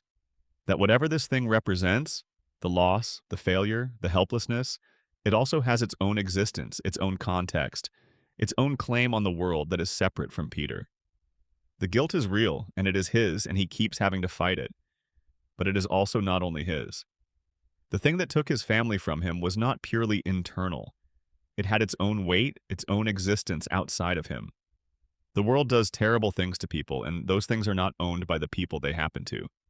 Every time Peter and Ernie end up fighting in a stairwell or a restaurant kitchen or on the wing of a moving aircraft, what you are watching is a man rehearsing the same fundamental argument with the universe, over and over, in the only form the fantasy will allow it. Why? Why did this happen? Why could I not stop it? Why does it keep coming back? The answer, as it is in dreams, is never satisfying. The fight just ends. The town rebuilds. The coupon is still expired. And the guilt, because it is guilt, waits. Section 14. Bonnie Swanson. The woman who waited and what she was waiting for. Bonnie Swanson spent, by the show's own internal timeline, an almost incomprehensible amount of time pregnant. Seasons? Multiple seasons? The show treated her pregnancy as a running background detail. She was always about to have the baby, always in the third trimester, always just a few episodes away from the delivery that the show kept not delivering. She waited and waited, and the baby did not arrive, and the seasons turned, and she waited some more. When Susie was finally born, Bonnie transformed. Not in the way that new mothers transform in the first weeks and months of a baby's life, adapting and learning and being softened and exhausted in equal measure. She transformed in a way that was faster and more fundamental than that. Almost overnight, the patient, long-suffering Bonnie became someone harder and more complicated. Someone capable of genuine cruelty toward Joe. Someone who cheated on him without apparent remorse. Someone who went from being the gentle neighborhood presence to being one of the more genuinely difficult people on the street. The theory about Bonnie is not about the transformation itself. It is about the pregnancy. There is a body of fan thought that points out, with growing specificity, that a pregnancy lasting as many implied seasons as Bonnie's did cannot be a biological pregnancy. The human gestation period is 9 months, not 9 seasons, not whatever length of time represents the gap between her first visible bump in the early seasons and Susie's eventual arrival. The duration is impossible. And the fan community, which has spent considerable effort cataloging the impossible things this show contains and trying to determine which ones are meaningful, has concluded that Bonnie's pregnancy is one of the meaningful ones. The theory that has the most traction is the one that suggests Bonnie was not carrying a normal human child. Under the Susie as CIA avatar theory from Section 8, the extended pregnancy is explained as follows. The child being grown in Bonnie's womb was not a standard biological development. It was a preparation. Whatever Avery Bullock needed in terms of a suitable physical form for long-term deployment, a body that would remain inconspicuous in the neighborhood, that would have the appropriate access to the Swanson household, that would be able to observe and report without raising suspicion, required more time than a normal pregnancy. The body was being built for a purpose that exceeded the ordinary demands of childhood. The extended gestation also, under this theory, explains a subtler detail about Bonnie's deterioration across that period. The pregnancy changed her, not in the ways that pregnancies normally change people, but in ways that look more like the prolonged effects of proximity to something that is not entirely what it presents itself as. She became harder, more remote, more capable of the kind of coldness that her early characterization did not suggest. Something was leeching something from her across those years, and when it was finally born, when the thing that had been taking up residence in her body finally arrived and separated into its own form, what was left of Bonnie was not quite the woman she had been before she started carrying it. This is a genuinely dark reading of a character the show mostly uses for comedic purposes, but it connects to something the show occasionally acknowledges directly, which is that Bonnie and Joe's marriage, for all its surface durability, has never been healthy in the way that marriages are supposed to be healthy. The resentment between them is real. The distance is real. The fact that she stays, that she keeps showing up in the kitchen and at the bar and in the background of neighborhood scenes despite everything, is either inertia or obligation or something the theory community has begun to describe as a third option, which is that Bonnie cannot leave. Not will not. Cannot. Under the purgatory reading, Bonnie's specific torment is the marriage itself. Whatever she did in the life before this one, whatever failure of loyalty or commitment or love she brought into this purgatorial arrangement, her sentence is to be perpetually present in a marriage that gives her everything she materially needs and almost nothing that she actually wants. She is comfortable. She is cared for. She is respected in the way that communities respect a person who has stayed. And she is profoundly, structurally, inescapably unhappy. The baby in the crib, watching with those calm and knowing eyes, is either the child of that unhappiness or the observer assigned to measure its progress. Section 15. Herbert the Pervert. The saddest theory in the show. There are theories that are fun to follow because they are ingenious, because they reveal unexpected patterns, because they make you feel clever for seeing the connections. And then there are theories that are just sad. Theories that take a character who is used as a joke and ask, what if we took this seriously? What would it mean? The old man who lives across the street, who the show uses as a recurring dark comedy character, is the subject of exactly one theory worth discussing here, and it is the sad one. The theory goes that this man was not always old, that there was a time earlier in his life when he was young and had a different relationship with the world and with the particular obsessions that the show uses as his defining comedic trait. And that the slow deterioration of his life, the age, the isolation, the way he sits alone in a house on a quiet street, is the result not of villainy, but of something that happened to him at an age when he was too young to understand it, that shaped him in directions he was never able to redirect, and that he has been carrying alone for more of his life than he has not. The theory takes seriously the clinical literature that the show never acknowledges, which suggests that certain patterns of behavior have documented origins in early trauma. It does not excuse anything. It does not attempt to minimize what the character represents or the harm that character poses. It simply asks whether, if you stripped away the comedy and the cartoon framing and the deliberate choice to make this a recurring gag, there is a human tragedy underneath it. Someone who was broken early and has been living in the shadow of that break for 60 or 70 years, alone on a quiet street, with a dog and a house and whatever memories are left. This is the theory the show least wants you to have. It is the one that makes the joke stop being funny in a way that does not add up to something more interesting or more insightful. It just adds up to something true and unwelcome, which is that the people the world turns into jokes are sometimes the people the world failed first. That every cartoon villain, every recurring punchline, every character the narrative treats as a safe target has an origin story. And that origin stories are not excuses. They are just the part of the picture that fits outside the frame. We move on, but it is worth having said. Section 16. The pre-cancellation and post-cancellation split. Two universes, one address. This is one of the theories that is less about individual characters and more about the architecture of the show itself. And it is worth spending real time on because it is one of the most coherent structural theories in the entire body of fan work about this universe. The show ran for 3 seasons from 1999 to 2002, was canceled, spent 3 years off the air, and then returned in 2005 for a fourth season that has continued, uninterrupted, to the present day. The gap is 3 years. The original writing team dispersed. The animation studio changed, the tone shifted, and the characters, this is the crucial part, changed in ways that cannot be fully accounted for by 3 years of behind-the-scenes staff turnover. Peter of Season 1, 2, and 3 is a different person from Peter of Season 4 onward. Not just in the sense that all characters evolve across years of storytelling, in the sense that the fundamental moral constitution of the character is different. Season 1, Peter loves his family in a way that is unambiguous and present. Season 4, Peter is capable of things Season 1 Peter would never have done. The theory, which originated in a detailed Reddit analysis, proposes a simple and elegant explanation. The show that came back in 2005 is not the same show that ended in 2002. Not metaphorically, literally.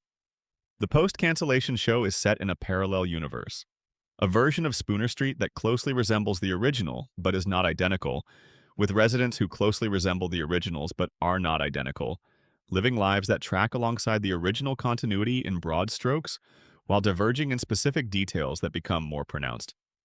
The further from the point of divergence you get, the episode that the theory uses as its primary evidence is Back to the Pilot, in which Stewie and Brian use the time machine to visit the first episode of the show.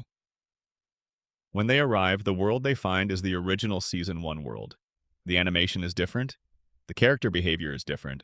The whole texture of the thing is different in ways that go beyond what a TV show's first episode being different from its later work can account for. The theory says, Stewie and Brian did not travel back in time. They traveled to an adjacent universe, the one where the original show continued without the cancellation, where the original Peter kept his warmth, where Meg was never quite as abused, where the characters followed the trajectories their original selves were on, rather than the ones the parallel versions took after the split. The implication for the characters we know, the ones we have been watching in the post-2005 world, is that they are not quite who they were meant to be. They are the parallel versions, the ones where certain tendencies that were minor in the original became major, where certain warmths that were present in the original got lost somewhere in the 3 years of no one watching, of no one tending the story. The show that came back in 2005 was not a continuation. It was a resurrection, and resurrections never come back exactly right. This theory has a special poignancy when you apply it to Meg. Because if the original Meg, the Meg of the universe that continued without cancellation, the Meg of the show that Stewie and Brian briefly visited, was allowed to follow her original trajectory, she would be someone very different from the character we have been watching. The original Meg, in a show that still had its warmth intact, would have been treated with the ordinary teenage girl difficulty that her original 3 seasons suggest. She would have been normal. Unpopular maybe, but not destroyed. Not the target of the decade-long campaign that the parallel universe Meg endured. That Meg, somewhere in the adjacent timeline, is doing fine. She is probably in college by now. She probably played the saxophone and found her people and grew into someone with a real sense of herself. Her father, in that universe, still says things that hurt her sometimes because he is still Peter, and that is still who he is, but he does not despise her. He never did. The distance between those two Megs, the one in the universe that kept going, and the one in the universe we have been watching, is the distance between a story that stayed true to itself and a story that lost the thread and had to rebuild from imperfect memory. And the theory suggests that somewhere, on some parallel Spooner Street, the light is on in a window and a teenage girl in a beanie is doing her homework, and her father is yelling something from the living room that is annoying but not unkind. And the difference between that world and this one is 3 years of no one watching. 3 years of no one watching. That is a genuinely haunting thing to sit with. Section 17. The Griffin Family in Purgatory. What each person is working through. The purgatory theory was introduced briefly in the multiverse section, but it deserves its own space because when you apply it individually to each character, the results are specific and illuminating in ways that the broad brush of the concept does not capture. The premise: the Griffins are in purgatory. Not the theological purgatory of medieval Christian doctrine precisely, but a functional equivalent, a state of existence between what they were and what they could become, designed to give them an opportunity to work through whatever it was in their previous lives that left them incomplete. The people around them, the neighbors, the friends, the whole town, are either fellow travelers in the same system or the machinery of the system itself, placed there to create the conditions that each soul requires in order to learn. Let us go through them. Peter's lesson is self-evidence. He was a selfish man, probably, not a cruel one. The purgatory theory does not require that everyone who is placed in it was a monster. Sometimes it is enough to have been selfish in small ways, consistently, for a long time. To have prioritized comfort over kindness. To have let the people who loved you carry more than their share because it was easier. Peter in purgatory is made to live with the consequences of that selfishness in real time, in a family that his behavior constantly damages, forced to keep returning to the same failures with the same people until he finds a way to be better. The argument that he has not made much progress across 25 seasons is, within the purgatory framework, its own kind of commentary. Purgatory is not a guarantee, it is an opportunity. Some souls are slow learners. Lois's lesson is about authenticity. She spent a previous life being someone she was not, or performing a version of herself that served other people's ideas about who she should be, while the actual Lois, with her complicated history and her real desires and her genuine intellectual life, went mostly unexpressed. In purgatory, she has been placed in a life that is simultaneously the most constrained version of her, housewife, caretaker, the patient center of a demanding family, and the one that requires the most genuine engagement, because Peter's chaos cannot be managed from behind a performance. At some point, she has to actually be present, actually herself, or nothing holds. Her periodic breaks through to something more honest. The fist-fighting, the glimpses of the earlier wildness, the moments where her actual personality surfaces through the domesticity, are not relapses. They are signs of progress. She is remembering who she actually is. The lesson is not to suppress that person. The lesson is to integrate her. Chris's lesson is about visibility. He was someone who made himself invisible, maybe. Someone who did not press their gifts forward, who deferred and minimized and stayed in the background because it was safer than being seen. In purgatory, he has been given an environment where being invisible is the path of least resistance. And the gift that he had, the art, the perception, the occasional flashes of genuine insight, keeps surfacing despite his best efforts to keep it down. The lesson is that the world does not get better when the people with something to offer stay quiet. That visibility is not vanity. That gifts have a direction, and that direction is outward. The fact that Chris consistently fails to act on his talent, that episode after episode he is briefly recognized for something real and then returned to the background, means the lesson is ongoing. He is still in the room, still being given chances. Meg's lesson is the hardest one and the most important one. She was in the previous life someone who let other people define her, who accepted other people's estimates of her worth as the truth about her, who made herself smaller to fit the space that was offered rather than demanding a space that fit her actual size. The purgatory has built her a family that enacts this dynamic in its most extreme form.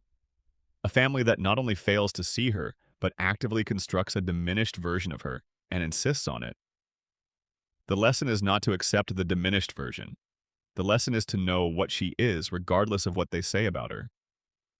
She is tantalizingly close to learning this in several episodes. She snaps. She stands up. She says the true thing. And then the system resets her because she has not quite crossed from knowing the lesson into living it fully, permanently, in a way that cannot be undone. When she does, when Meg Griffin finally, completely, irreversibly refuses the role she has been assigned, that is when the purgatory releases her. That is when she gets out. Stewie, as noted, is the one who is almost done. His arc from villain to loving friend is the purgatory arc working correctly. He was something cold and self-contained and unwilling to be hurt, and the lesson has been teaching him, season by season, episode by episode, that the ability to be hurt by the people you love is not a weakness. It is how you know the love is real. His willingness to go back in time to save Brian, risking everything, accepting the full weight of loving someone who will not live as long as you will. That episode is what passing the purgatory exam looks like. He has not graduated yet. The show keeps him here. But among all the Griffins, Stewie is the one you feel like is closest to the door. Brian's lesson is the most tragic one. He was given intelligence and no humility. He was given the ability to see what is true and the unwillingness to apply that ability to himself. In Purgatory, every quality he claims to have, the ethics, the principle, the self-awareness, is challenged by the reality of what he actually does, and the gap between what he says and what he does is the lesson, presented to him over and over, hoping he will eventually notice it without having it pointed out. Quagmire pointing it out is not the solution. The solution is Brian seeing it himself, admitting it himself. That is the moment the lesson takes. He is not there yet. And Death, who keeps the whole system running, who shows up when needed and retreats when not, who maintains the conditions but never resolves them. Death in this reading is not a character at all. He is the mechanism of the place itself, the visible face of the structure that is keeping them all here, that is keeping the seasons cycling and the house resetting and the lesson recurring, patiently, without judgment, for as long as it takes. For as long as it takes. Section 18. The show within a show, and who is actually watching.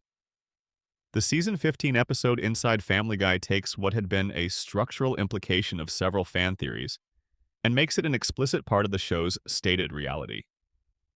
The Griffins are revealed to be actors. They are playing versions of themselves for the entertainment of an audience. The show that we have been watching for 15 seasons is a performance. The family we have been following is, on some level, performing. The fan community did not treat this episode as an answer. They treated it as a new question. Because if the Griffins are actors performing on a show, who made the show? Who is producing it? Who is the audience? And most importantly, how much of what we have seen is the performance, and how much is what these people are like when the cameras are not on them? The theory that emerged from this episode proposes that the show within a show framing is the most literal truth the show has ever told about itself. The Griffins are real people, or real entities of whatever kind they are, who agreed at some point to perform exaggerated versions of themselves for an ongoing series. They made casting decisions. They decided that it would be funnier if Stewie played a baby. They decided that Lois would play the patient wife and Peter would play the lovable fool and Brian would play the intellectual dog and Meg would play the unfortunate daughter.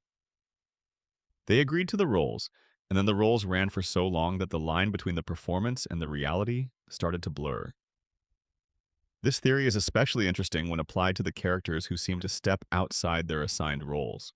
When Brian says something that the comedy does not require him to say, something genuinely perceptive, something emotionally honest, something that belongs to the actor rather than the character. When Meg in the Hurricane episode speaks in a way that has nothing comedic about it, nothing performance-like, just true and raw and directed at real people who she genuinely loves and is genuinely hurt by. When Peter, in the handful of episodes where he remembers to be the early Peter, shows a warmth that the late season's character does not usually have access to. These moments, under the show within a show theory, are breaks in the performance. The actors surfacing, the people underneath the characters briefly being present, reminded by some combination of creative momentum and emotional reality that they are more than the roles they agreed to play. The deepest version of this theory asks about the meta context. If the Griffins are actors on a show, and we are the audience watching the show, and the show is set in a universe that has its own multiverse structure and its own purgatorial mechanics and its own supernatural infrastructure, then what is our relationship to all of that? What does it mean that we have been watching this family for 25 years? What does it mean that we remember the early seasons with affection? That we mourn the changes, that we build theories and write analyses and stay up past midnight thinking about what it all means? The theory's answer is not very complicated, but it is unexpectedly moving. It says, you have been part of the story. The fact that you were watching was always part of the story. The show exists in a multiverse. The audience is not outside the multiverse. The audience is in it, in the adjacent universe where the show is a television program, rather than someone's life or someone's dream. Watching through the screen, present at the performance, real enough for the actors to occasionally make eye contact with. The fourth wall breaks are not just gags. They are the performers acknowledging a relationship. They are the show saying, "We know you are there, we have always known, and whatever you brought to this, the laughter, the grief, when Brian died, the theories, the late nights, it has been part of the making of the thing. That is not nothing. That is something fairly extraordinary." Section 19. The water and why the whole town is like this. There is a thread of theories that has less to do with individual characters and more to do with the environment they all inhabit. The town, the place, the setting, the whole of it, is strange in ways that go beyond the strangeness of any individual resident. Because the strangeness is collective.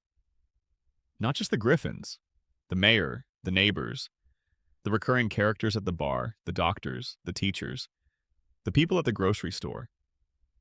Everyone in this town is operating at a slightly different frequency from the way human beings in reality operate. And the theory community has been asking for years whether this is simply the convention of a comedy universe or whether there is an actual in-universe explanation. The explanation the theory proposes is simple. The water. The town sits on the New England coast.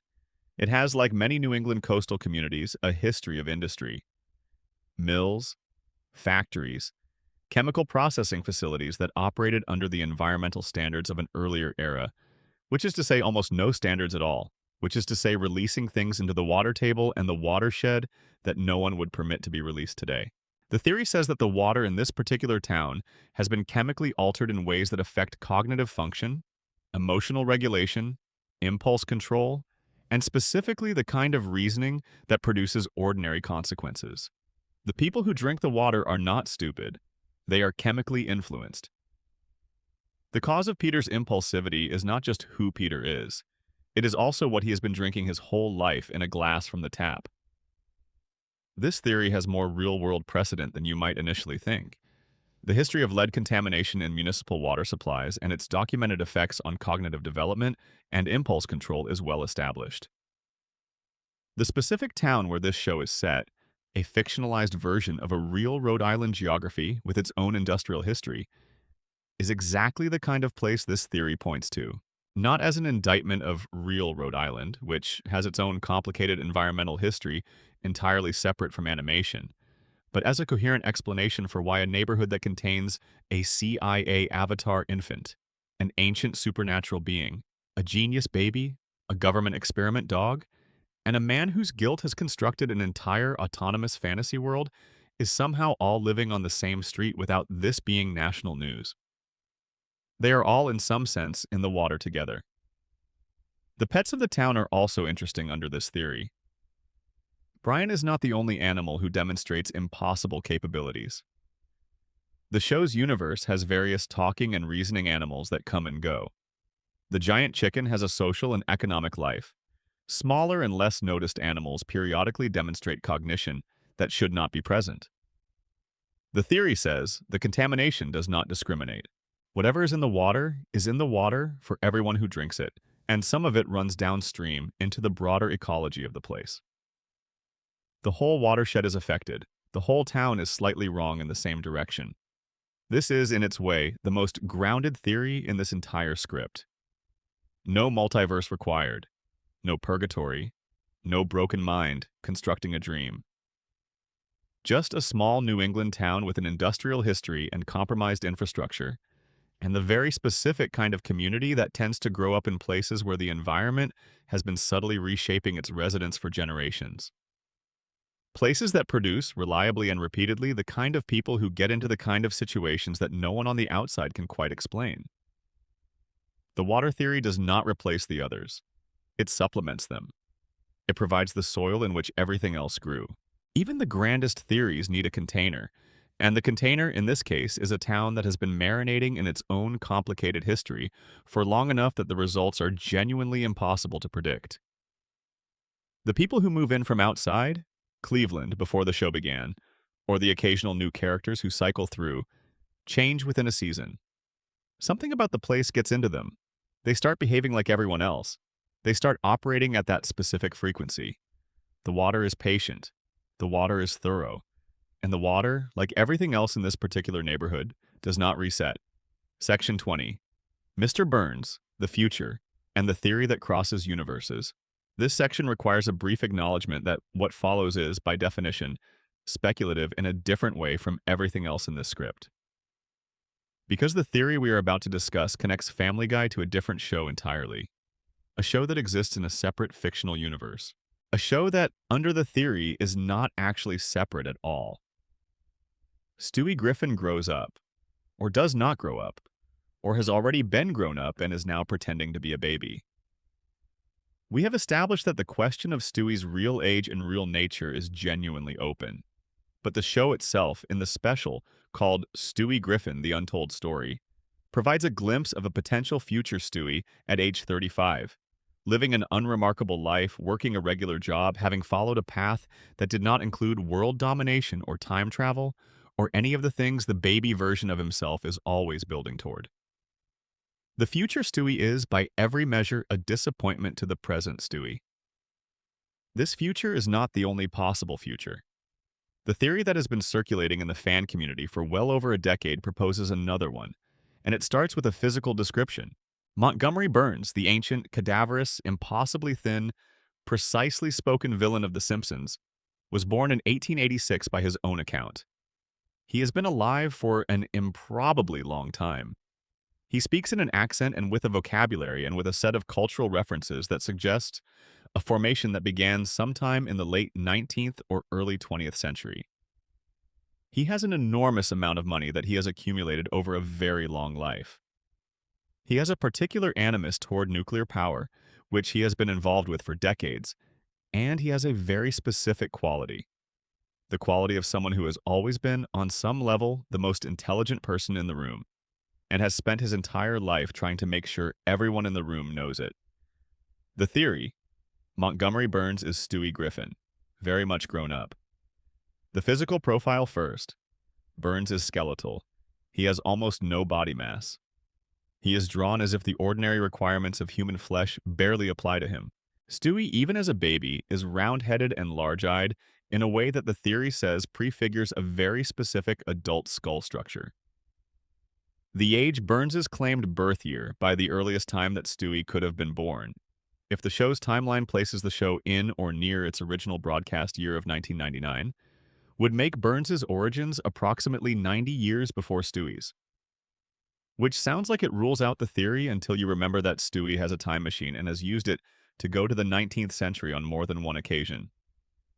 It is not impossible. With Stewie, very little is impossible. The psychology is the more compelling part. Burns is someone who wanted power above all else. Stewie, in his original characterization, wants world domination. Burns achieved something in the direction of world domination. He controls an enormous industrial enterprise. He has corrupted governments. He has accumulated the kind of power that makes other people's priorities irrelevant. He achieved it slowly, over decades, through patience and intelligence and a willingness to be ruthless in directions that most people are not willing to be ruthless. He is the long-term version of what Stewie is the short-term version of. Burns also has a relationship with a particular loyal companion that rhymes, structurally, with Stewie and Brian. Smithers is Burns' devoted assistant, the one who loves him unconditionally, the one who stays across decades of behavior that would drive any reasonable person away, the one whose loyalty borders on something that neither of them has ever fully named. This is not Brian. The theory is not saying Smithers is Brian. The theory is saying that Burns, having lived the life Stewie was aiming for, found his own version of the relationship he needed most, and has been holding on to it in the way that old things hold on to the things that matter to them, which is to say, with a ferocity that looks, from the outside, like a completely different emotion than what it is. The theory does not resolve cleanly.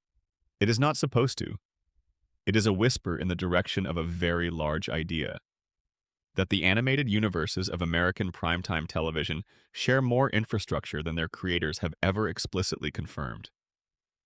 That the bus between Springfield and the Rhode Island coast makes occasional stops that the shows themselves cannot acknowledge, but that the attentive viewer can feel in the way that certain things rhyme across stories that are not supposed to be the same story.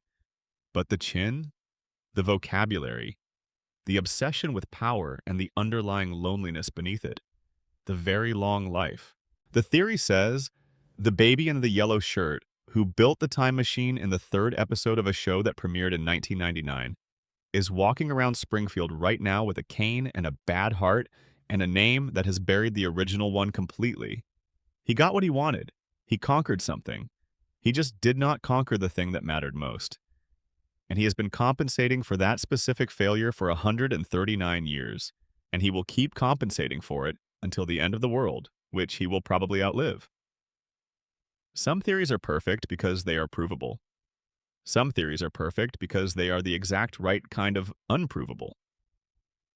This is the second kind. Section 21.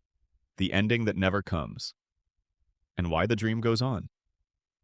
Every theory in this script eventually circles the same unanswered question. When does it end? The show on Spooner Street has been going for 25 years now, with a deal in place that takes it through 2029, through its 30th anniversary, through a version of the future that the people who made the first episode could not have imagined watching from the inside of it. It does not end. It keeps going. The house stays lit. The family stays on the street. The seasons accumulate without anything resolving in the fundamental sense, without the grief being processed, or the purgatory being completed, or the dreamer waking, or the performance taking its final bow. The fan theories, collectively, have a range of answers to why this is. The purgatory answer: they are not done yet. The lessons are long and the souls are slow, and the purgatory will keep running for as long as it needs to. There is no set term. There is no release date. There is only the question of whether the person in the middle of the lesson finally, genuinely gets it. The dreamer answer: the man in the white room is still there. He is still alive. The dream continues because he continues, because the dream is the only thing between him and the full weight of what happened. And the mind does not give that up willingly.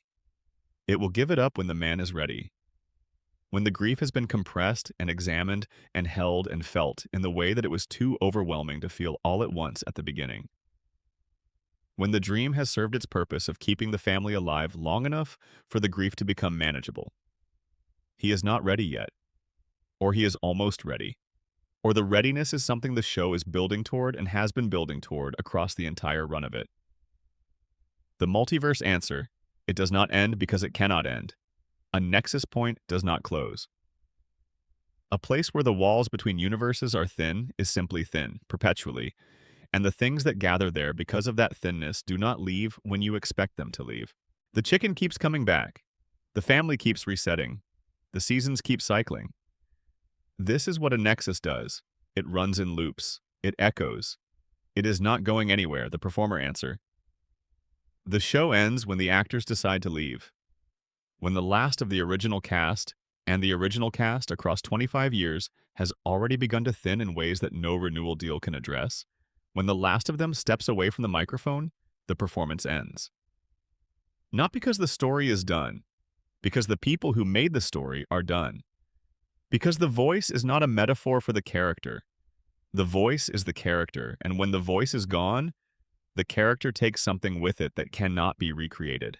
The most honest answer, which none of the theories quite says directly but which lives in the space between all of them, is this. The show ends when the story is finished, and stories finish when they have said what they came to say.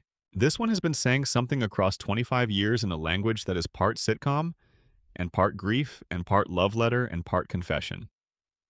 The full sentence has not been completed yet. When it is, the credits will roll in a way they have never quite rolled before, and the house will go dark, and the street will be quiet. Until then, the lights are on. The family is at the table. The dream is still running, and somewhere in a room that smells like antiseptic and old carpet, a man is still telling himself the story of the people he loved. Making sure they are still there, making sure they are still okay. Making sure the family is still together. One more episode, one more season, one more year of the same impossible house, on the same impossible street in the same impossible town, where the water has always been slightly wrong and the walls have always been slightly thin, and the things that should not exist have always found a way to go on existing anyway. Because some loves are stubborn enough to make a world, and the world they make, for all its chaos and cruelty and absurdity and warmth, is still at its most honest, at its most quiet, at its most true, a father keeping his family alive, in the only way he still can. That is every character, every theory, every thread we followed tonight from beginning to end. If you made it all the way here, you have been with us for something like 2 hours of material, and the fact that you stayed means something. I want to hear from you. In the comments, tell me which theory changed the most for you. Which character hit differently after hearing what people have been saying about them? Whether you buy the big, overarching theory, the broken father, the white room, the dream that built a world, or whether you think it is something else entirely and want to make the case for your version. Comment where you are watching from. Comment what time it is. Those are my favorite comments to read, and I read them all. If you are not subscribed yet, please hit that button. It costs you nothing, and it means you will be here for the next one. We have a lot more of these worlds left to explore. More shows, more characters, more late-night dives into the lore that lives underneath the jokes. You should be here for those. Thank you for being here for this one. Sleep well. Take care of yourselves. And remember, the lights are still on. Uncle Guy lore. All theories discussed are fan-generated interpretations and creative analysis. Sources include Reddit fan communities, WatchMojo, CBR, Looper, Screen Rant, TV Tropes, the Family Guy Wiki, and Spin Pasta Wiki. Speculation is clearly labeled throughout. All content is written for ASMR narration and 11 Labs voiceover generation. Appendix, going deeper. The evidence files for every major theory. What follows is an expanded evidence walkthrough for the readers and listeners who want more than the narrative. If section 1 through 21 gave you the shape of the theories, this section gives you the substance beneath the shape. The specific episodes, the specific lines, the specific moments where the show seems to slip and show you what is underneath. Consider this the extended cut, the director's commentary, the thing you watch at 2 in the morning when the regular version is not enough anymore. The Peter and the Institution theory, evidence line by line. The foundation of the grand unified theory rests on a specific and recurring detail that the show treats as one of its most durable structural jokes. Consequences do not stick. Peter drives a car through a building. The building is there next episode. Peter burns something to the ground. The ashes are gone by Tuesday. Peter is injured in ways that would be permanently crippling or fatal in any realistic universe, and is absolutely fine when the plot requires him to be fine. The standard interpretation of this is the cartoon logic defense. Animated shows do not hold to realistic physics.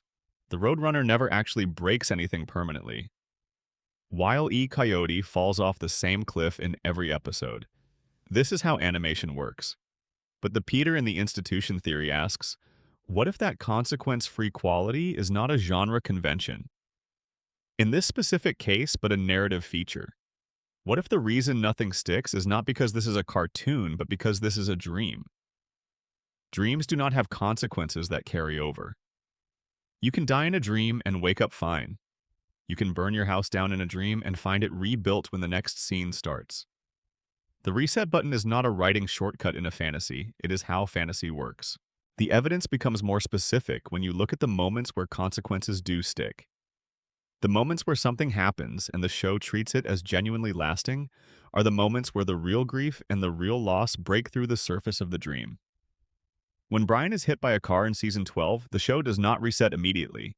It sits with the loss across 2 full episodes. It shows the family grieving. It shows Stewie devastated. It is, for those episodes, a completely different kind of show. Slower, heavier, more present with pain than the fantasy usually allows itself to be. The grief got through.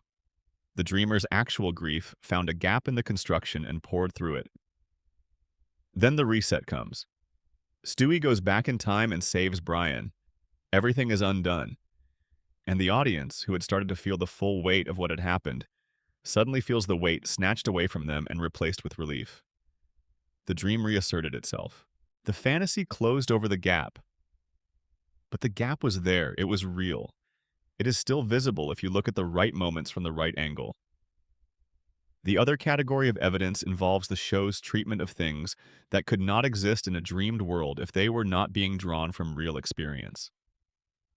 The specific quality of Peter's relationship with physical comedy, the way his body takes damage in a manner that is both exaggerated and somehow specifically accurate to the way damage actually feels, the way pain registers in those brief moments before the cartoon logic reasserts itself, suggests a dreamer who has been in real pain. Who knows, from actual experience, what it feels like to have a body that hurts? And who, in the fantasy, is allowed to receive pain repeatedly and be fine afterward because, in the dream, unlike in the world that caused the trauma, the pain does not leave a permanent mark. The drunken clam is also worth considering as a piece of evidence. Bars are dream architecture in a very specific way. They are the rooms where the rules of ordinary life are loosened, where time stretches, where strangers become friends, where a man can sit for an evening and not be alone with whatever is waiting for him when he goes home. In dreams about places that matter, bars appear often. The consistent presence of the drunken clam, the fact that it is always there, that it is where the male friendship network of the show lives, that it is the place where things are processed and released in the way they cannot be processed and released in the house, is consistent with the dream logic of a man who needed somewhere that felt like relief. And the booth. The specific booth that the four of them always sit in, at the same bar, in the same arrangement, every time. In the real world, this is a detail of characterization and convenience. In the dream, it is the specific remembered shape of a good thing. The way that certain memories crystallize around physical details, around the exact position of chairs and the exact sound of a bar, and the exact feeling of being somewhere safe with people who know you. The dreamer is not just constructing friends. He is constructing the specific texture of belonging. The Stewie de-aging theory, the episodes that support it. The season 14 episode Baby Stewie is the most direct piece of evidence for the de-aging theory, but the earlier episodes that build toward it are worth cataloging individually. The episode Road to the Multiverse from season 8 is structurally important. In this episode, Stewie and Brian travel through multiple parallel universes using a remote control that Stewie has constructed. The universes include a robot universe, a universe where everything is sad and animated, a universe governed by different historical decisions, and several others. Stewie navigates these universes with the ease of someone who has done dimensional travel before. Not the careful excitement of a new discovery, but the practiced competence of someone for whom this is familiar territory. Brian's reactions throughout the episode are those of someone experiencing something extraordinary. Stewie's reactions are those of someone managing a routine operation with an occasionally difficult partner. The asymmetry is telling. If Stewie was a genuinely curious infant genius encountering these wonders for the first time, he would have more of Brian's amazement. He does not.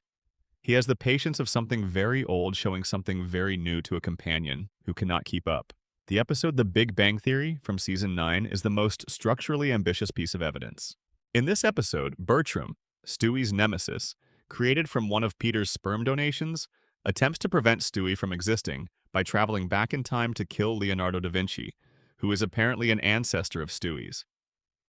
Stewie and Brian pursue him through time.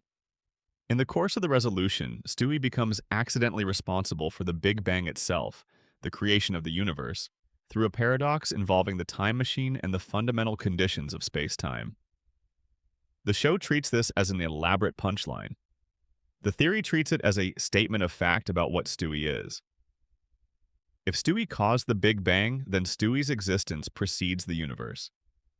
He is not a product of the universe. He predates it.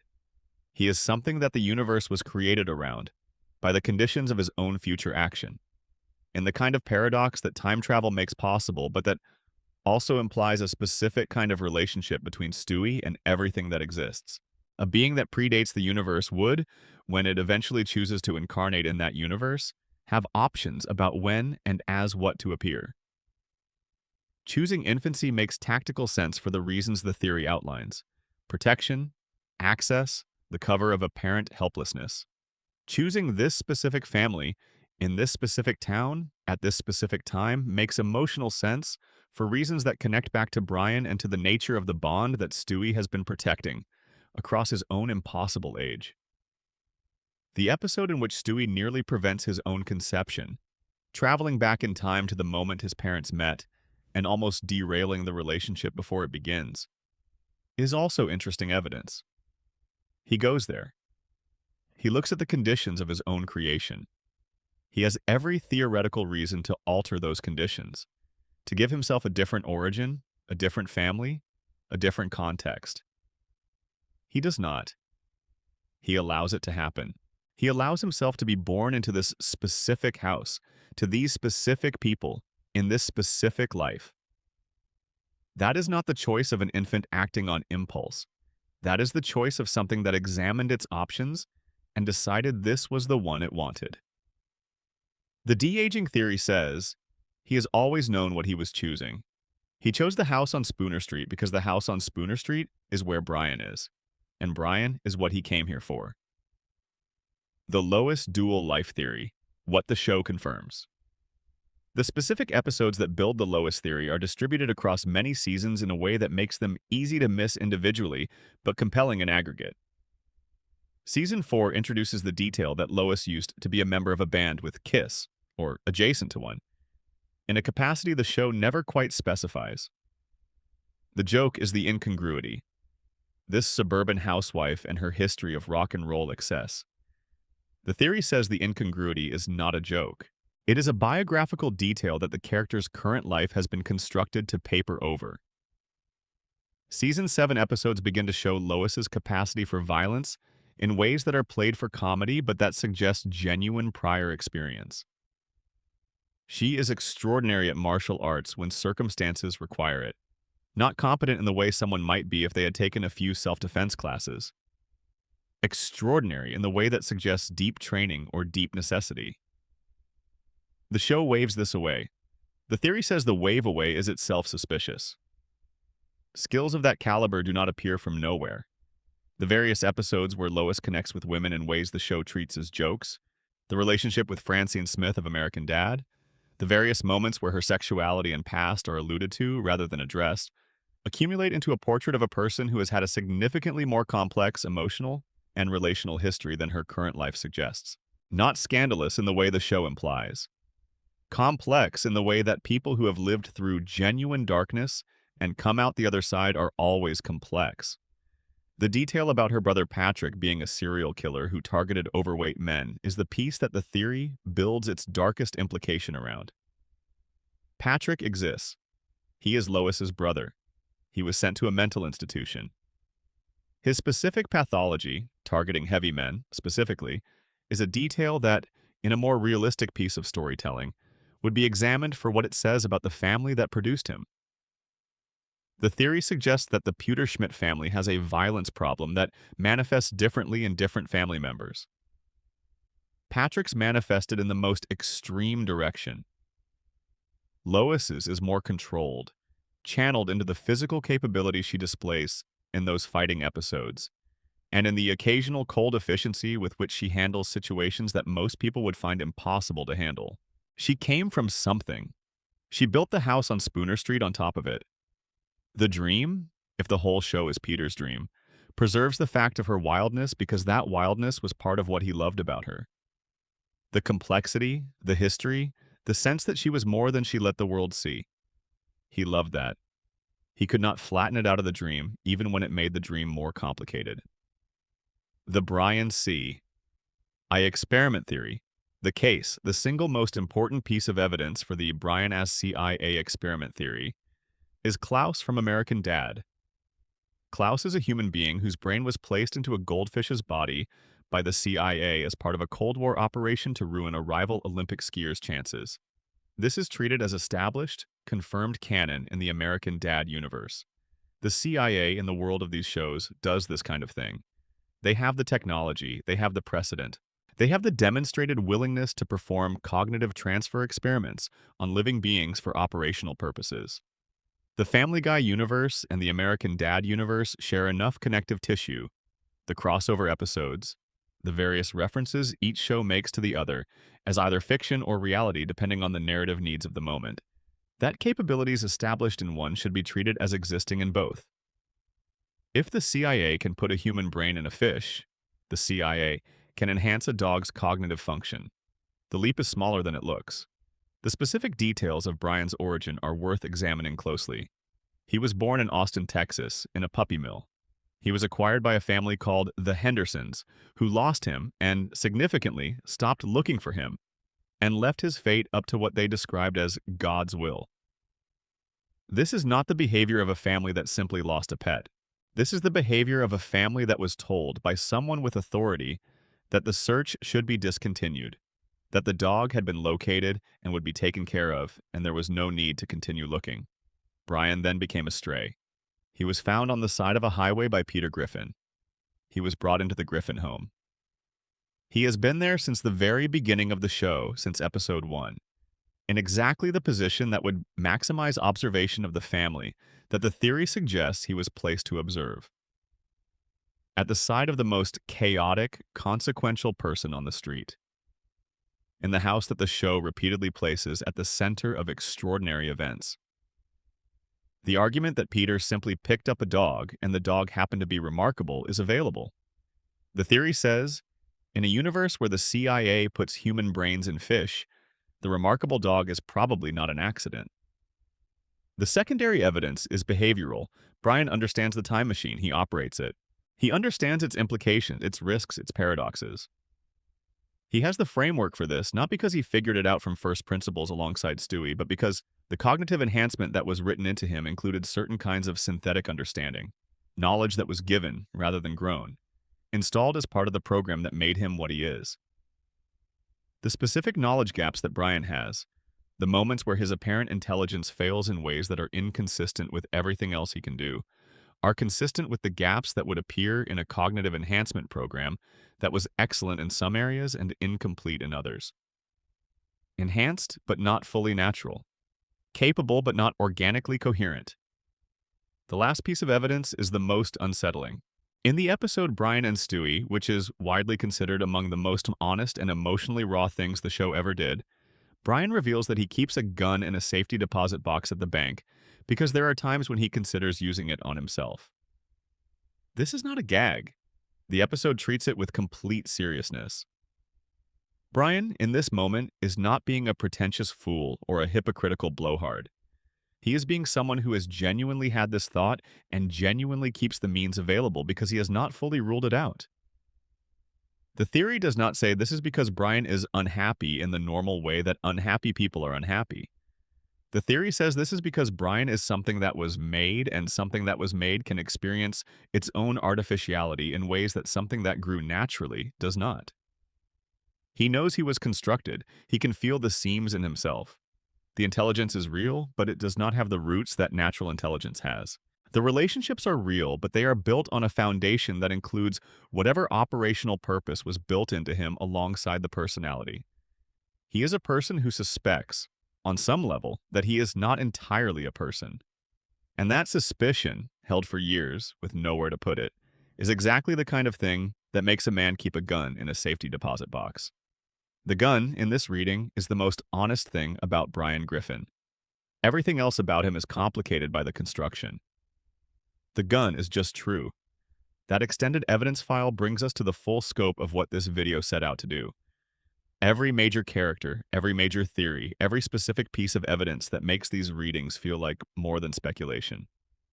You have the full picture now, all the pieces, all the connections. What you do with that picture is yours.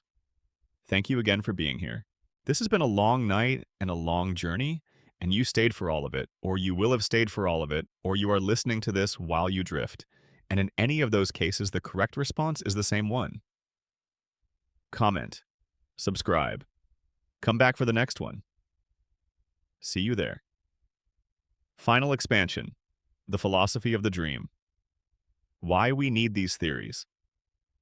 There is a question that nobody asks out loud, but that lives underneath every conversation about fan theories, every late-night dive into the lore of a show, every moment where someone sits down with a piece of entertainment and asks what is really going on here. The question is, Why does this matter? Why spend the time? Why build the theories? The obvious answer is that it is fun. It is a puzzle. The show gives you pieces and you arrange them, and the arrangement produces something more than the pieces individually. That is a real answer, and it is enough on its own. But there is a deeper answer, and it is the one that this final section is about. The theories we build around stories are not really about the stories. They are about us. When we look at Peter Griffin sitting in a white room constructing a fantasy out of grief and love, we are not just describing a clever reading of an animated comedy. We are describing something that human beings actually do. The mind's capacity to construct protective realities in the face of unbearable loss is real, documented, and profoundly human. The world that gets built in the dream is more vivid, more present, more manageable than the world that produced the grief. That is why it persists. That is why the dreamer does not wake up. When we look at Meg Griffin carrying the weight of a family's cruelty and choosing to stay because she is structurally necessary, we are describing something that happens in real families. The child who becomes the load-bearing wall, the one who absorbs the chaos so that everyone else can continue to pretend the house is stable. That is not a cartoon. That is a thing that happens. When we look at Brian Griffin's intelligence deteriorating under the pressure of his own addiction, and when we note that the deterioration is mapped with uncomfortable precision onto the real neurology of long-term substance misuse, we are looking at a piece of genuine emotional honesty that the show arrived at through humor and kept returning to because it is true. The theories find what is true in the comedy. They dig under the joke until they hit something real. And what they find there is not a collection of clever narrative coincidences. It is the shape of human experience, rendered in bright colors and given funny voices, running on Fox on Sunday nights for 25 years, slowly, quietly, in the background of everything, telling us something about grief and love and family and the things we build to survive what we cannot survive directly. That is why the theories matter. Not because they are all correct. Some of them are certainly not correct. Some of them are games, built for the pleasure of building them, and that is fine. But the best ones, the ones that last, the ones that people keep returning to across years, those are true in the way that the best things are true. Not literally, but essentially. At the level of the thing itself rather than the level of its specific details. Peter Griffin, whatever he actually is within the show's official canon, is a man who loves his family more than he can express and causes damage he cannot stop causing and keeps trying anyway. That is real. That is true. That is something that a million people recognize in themselves or in someone they grew up watching make the same mistakes over and over again and still love. Lois Griffin, whatever she actually is someone who buried part of herself in the act of building a life, and who keeps seeing that buried part surface in unexpected ways, and who has never fully decided whether the burial was the right choice or the costliest mistake she ever made. Meg Griffin, whatever she actually is someone who has been told her whole life that she is less than she is, and who has not yet fully believed it, and who keeps being right in rooms where being right is not rewarded, and who deserves, eventually, to stop carrying what she was never supposed to carry. These are human stories. They are in a cartoon about a fat man who fights a chicken. They got in there anyway, the way truth gets into everything eventually, because the people who built this world were telling the truth even when they were telling jokes. Even when they did not know they were telling the truth. Especially then. The house on Spooner Street is still there. The lights are still on, the family is still at the table. You have been watching from the outside, through the screen, for years. These theories are just the moment when you get close enough to the window to see what is actually in the room. A note on what we chose to believe. This script has presented these theories as theories. It has attributed them to their sources where those sources are known. Reddit, the fan wiki community, WatchMojo, CBR, Screen Rant, the long tradition of close reading that has grown up around this show across 25 years of its existence. None of them are officially confirmed. None of them are endorsed by Seth MacFarlane or the writing staff or Fox or Disney. They are readings. They are the audience doing what audiences have always done, taking the story home with them, living inside it for a while and bringing back what they found. That tradition is valuable. It is how stories stay alive. The show that existed in 1999 is not the same as the show that exists now. And not just because the writers changed and the animation style changed, and certain characters went in directions that disappointed people. It is also because the audience that watched it in 1999 grew up. They brought their lives to it. They brought their own grief and their own complicated family histories and their own long nights of the kind that end with a person asking questions that have no clean answers. And the theories are what happened when all of that met the show and found, unexpectedly, that it had more room in it than a cartoon about a fat man was supposed to have. The dream that Peter built, if Peter built it, was built for himself, but it kept everyone else company too. That is the strange grace of good storytelling, even accidental good storytelling, even good storytelling that emerged sideways bars from something intended to be funny and became something more. It gives people a place to be, a room to sit in, a house with the lights on. We are in that house tonight, all of us. Whatever hour it is where you are, whatever the room sounds like around you, whatever brought you here, yeah, you are in the house, the same one, the same table, the same lights. Stay as long as you need. The very last thing, what happens after the dream ends?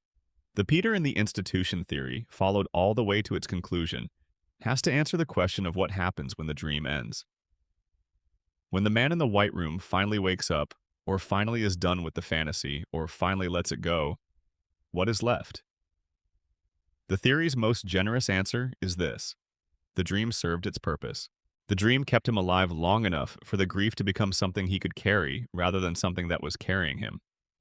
The fantasy held the family together for long enough that the love inside it became real in a different way. Not the real of flesh and breath and presence, but the real of memory, of meaning, of the kind of love that does not require the person it is for to still be there. The kind that has been earned.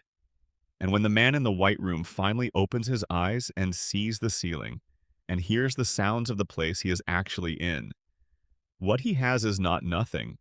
He has 25 years of keeping them alive. He has the specific details of how they laughed, and what they argued about, and what the bar smelled like, and what the street looked like in the afternoon when the light came through the trees at that particular angle.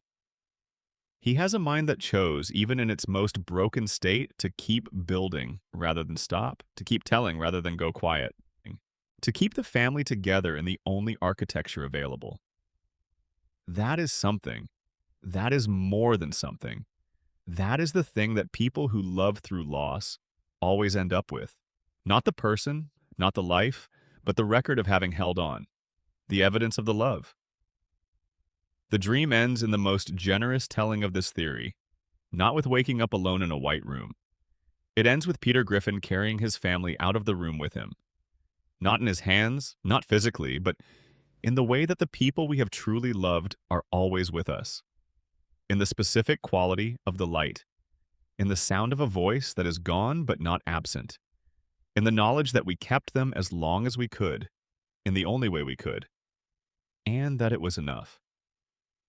The house on Spooner Street was built from grief. It became something else. That is the story. Thank you for being here for all of it.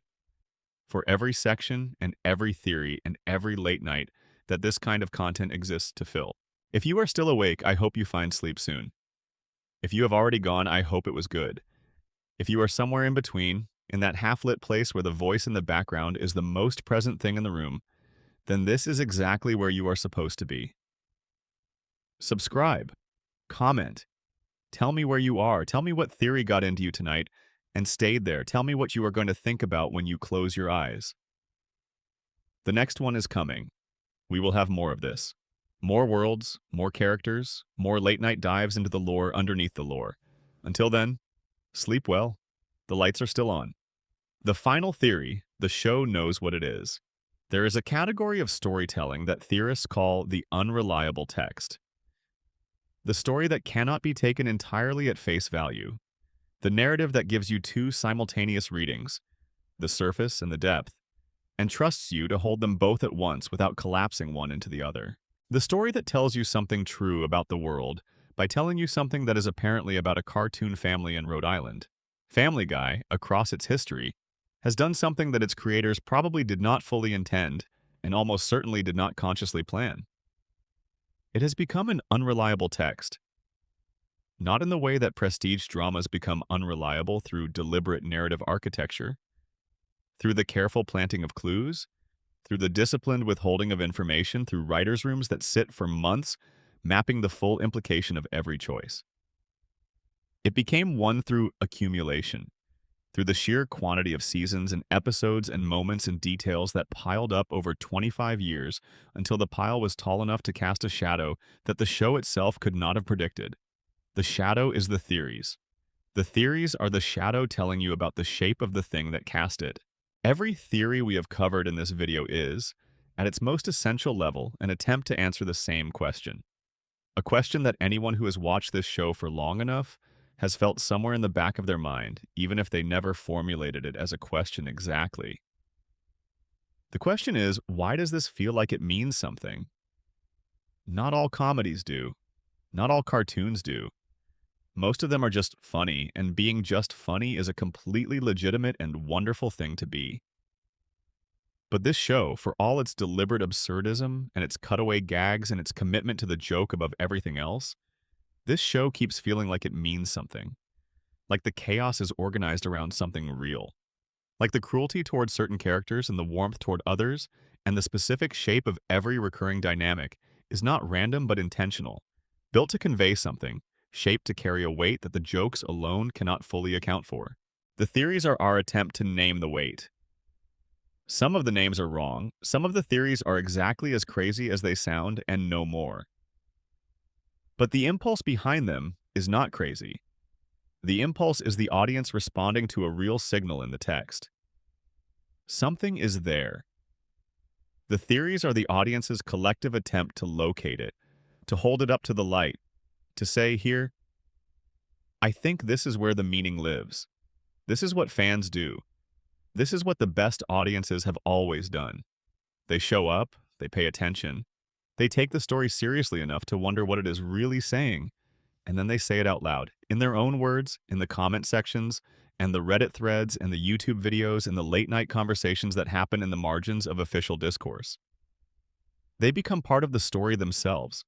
The show about the family in the house on Spooner Street has been kept alive not just by the people who made it.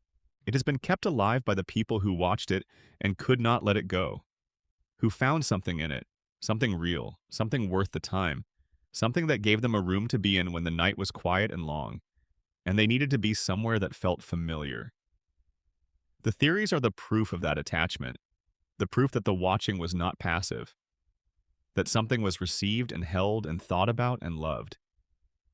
This is what happens when the lights stay on long enough. The house becomes home, even if you never lived there, even if you only ever watched from the street. That is the full picture.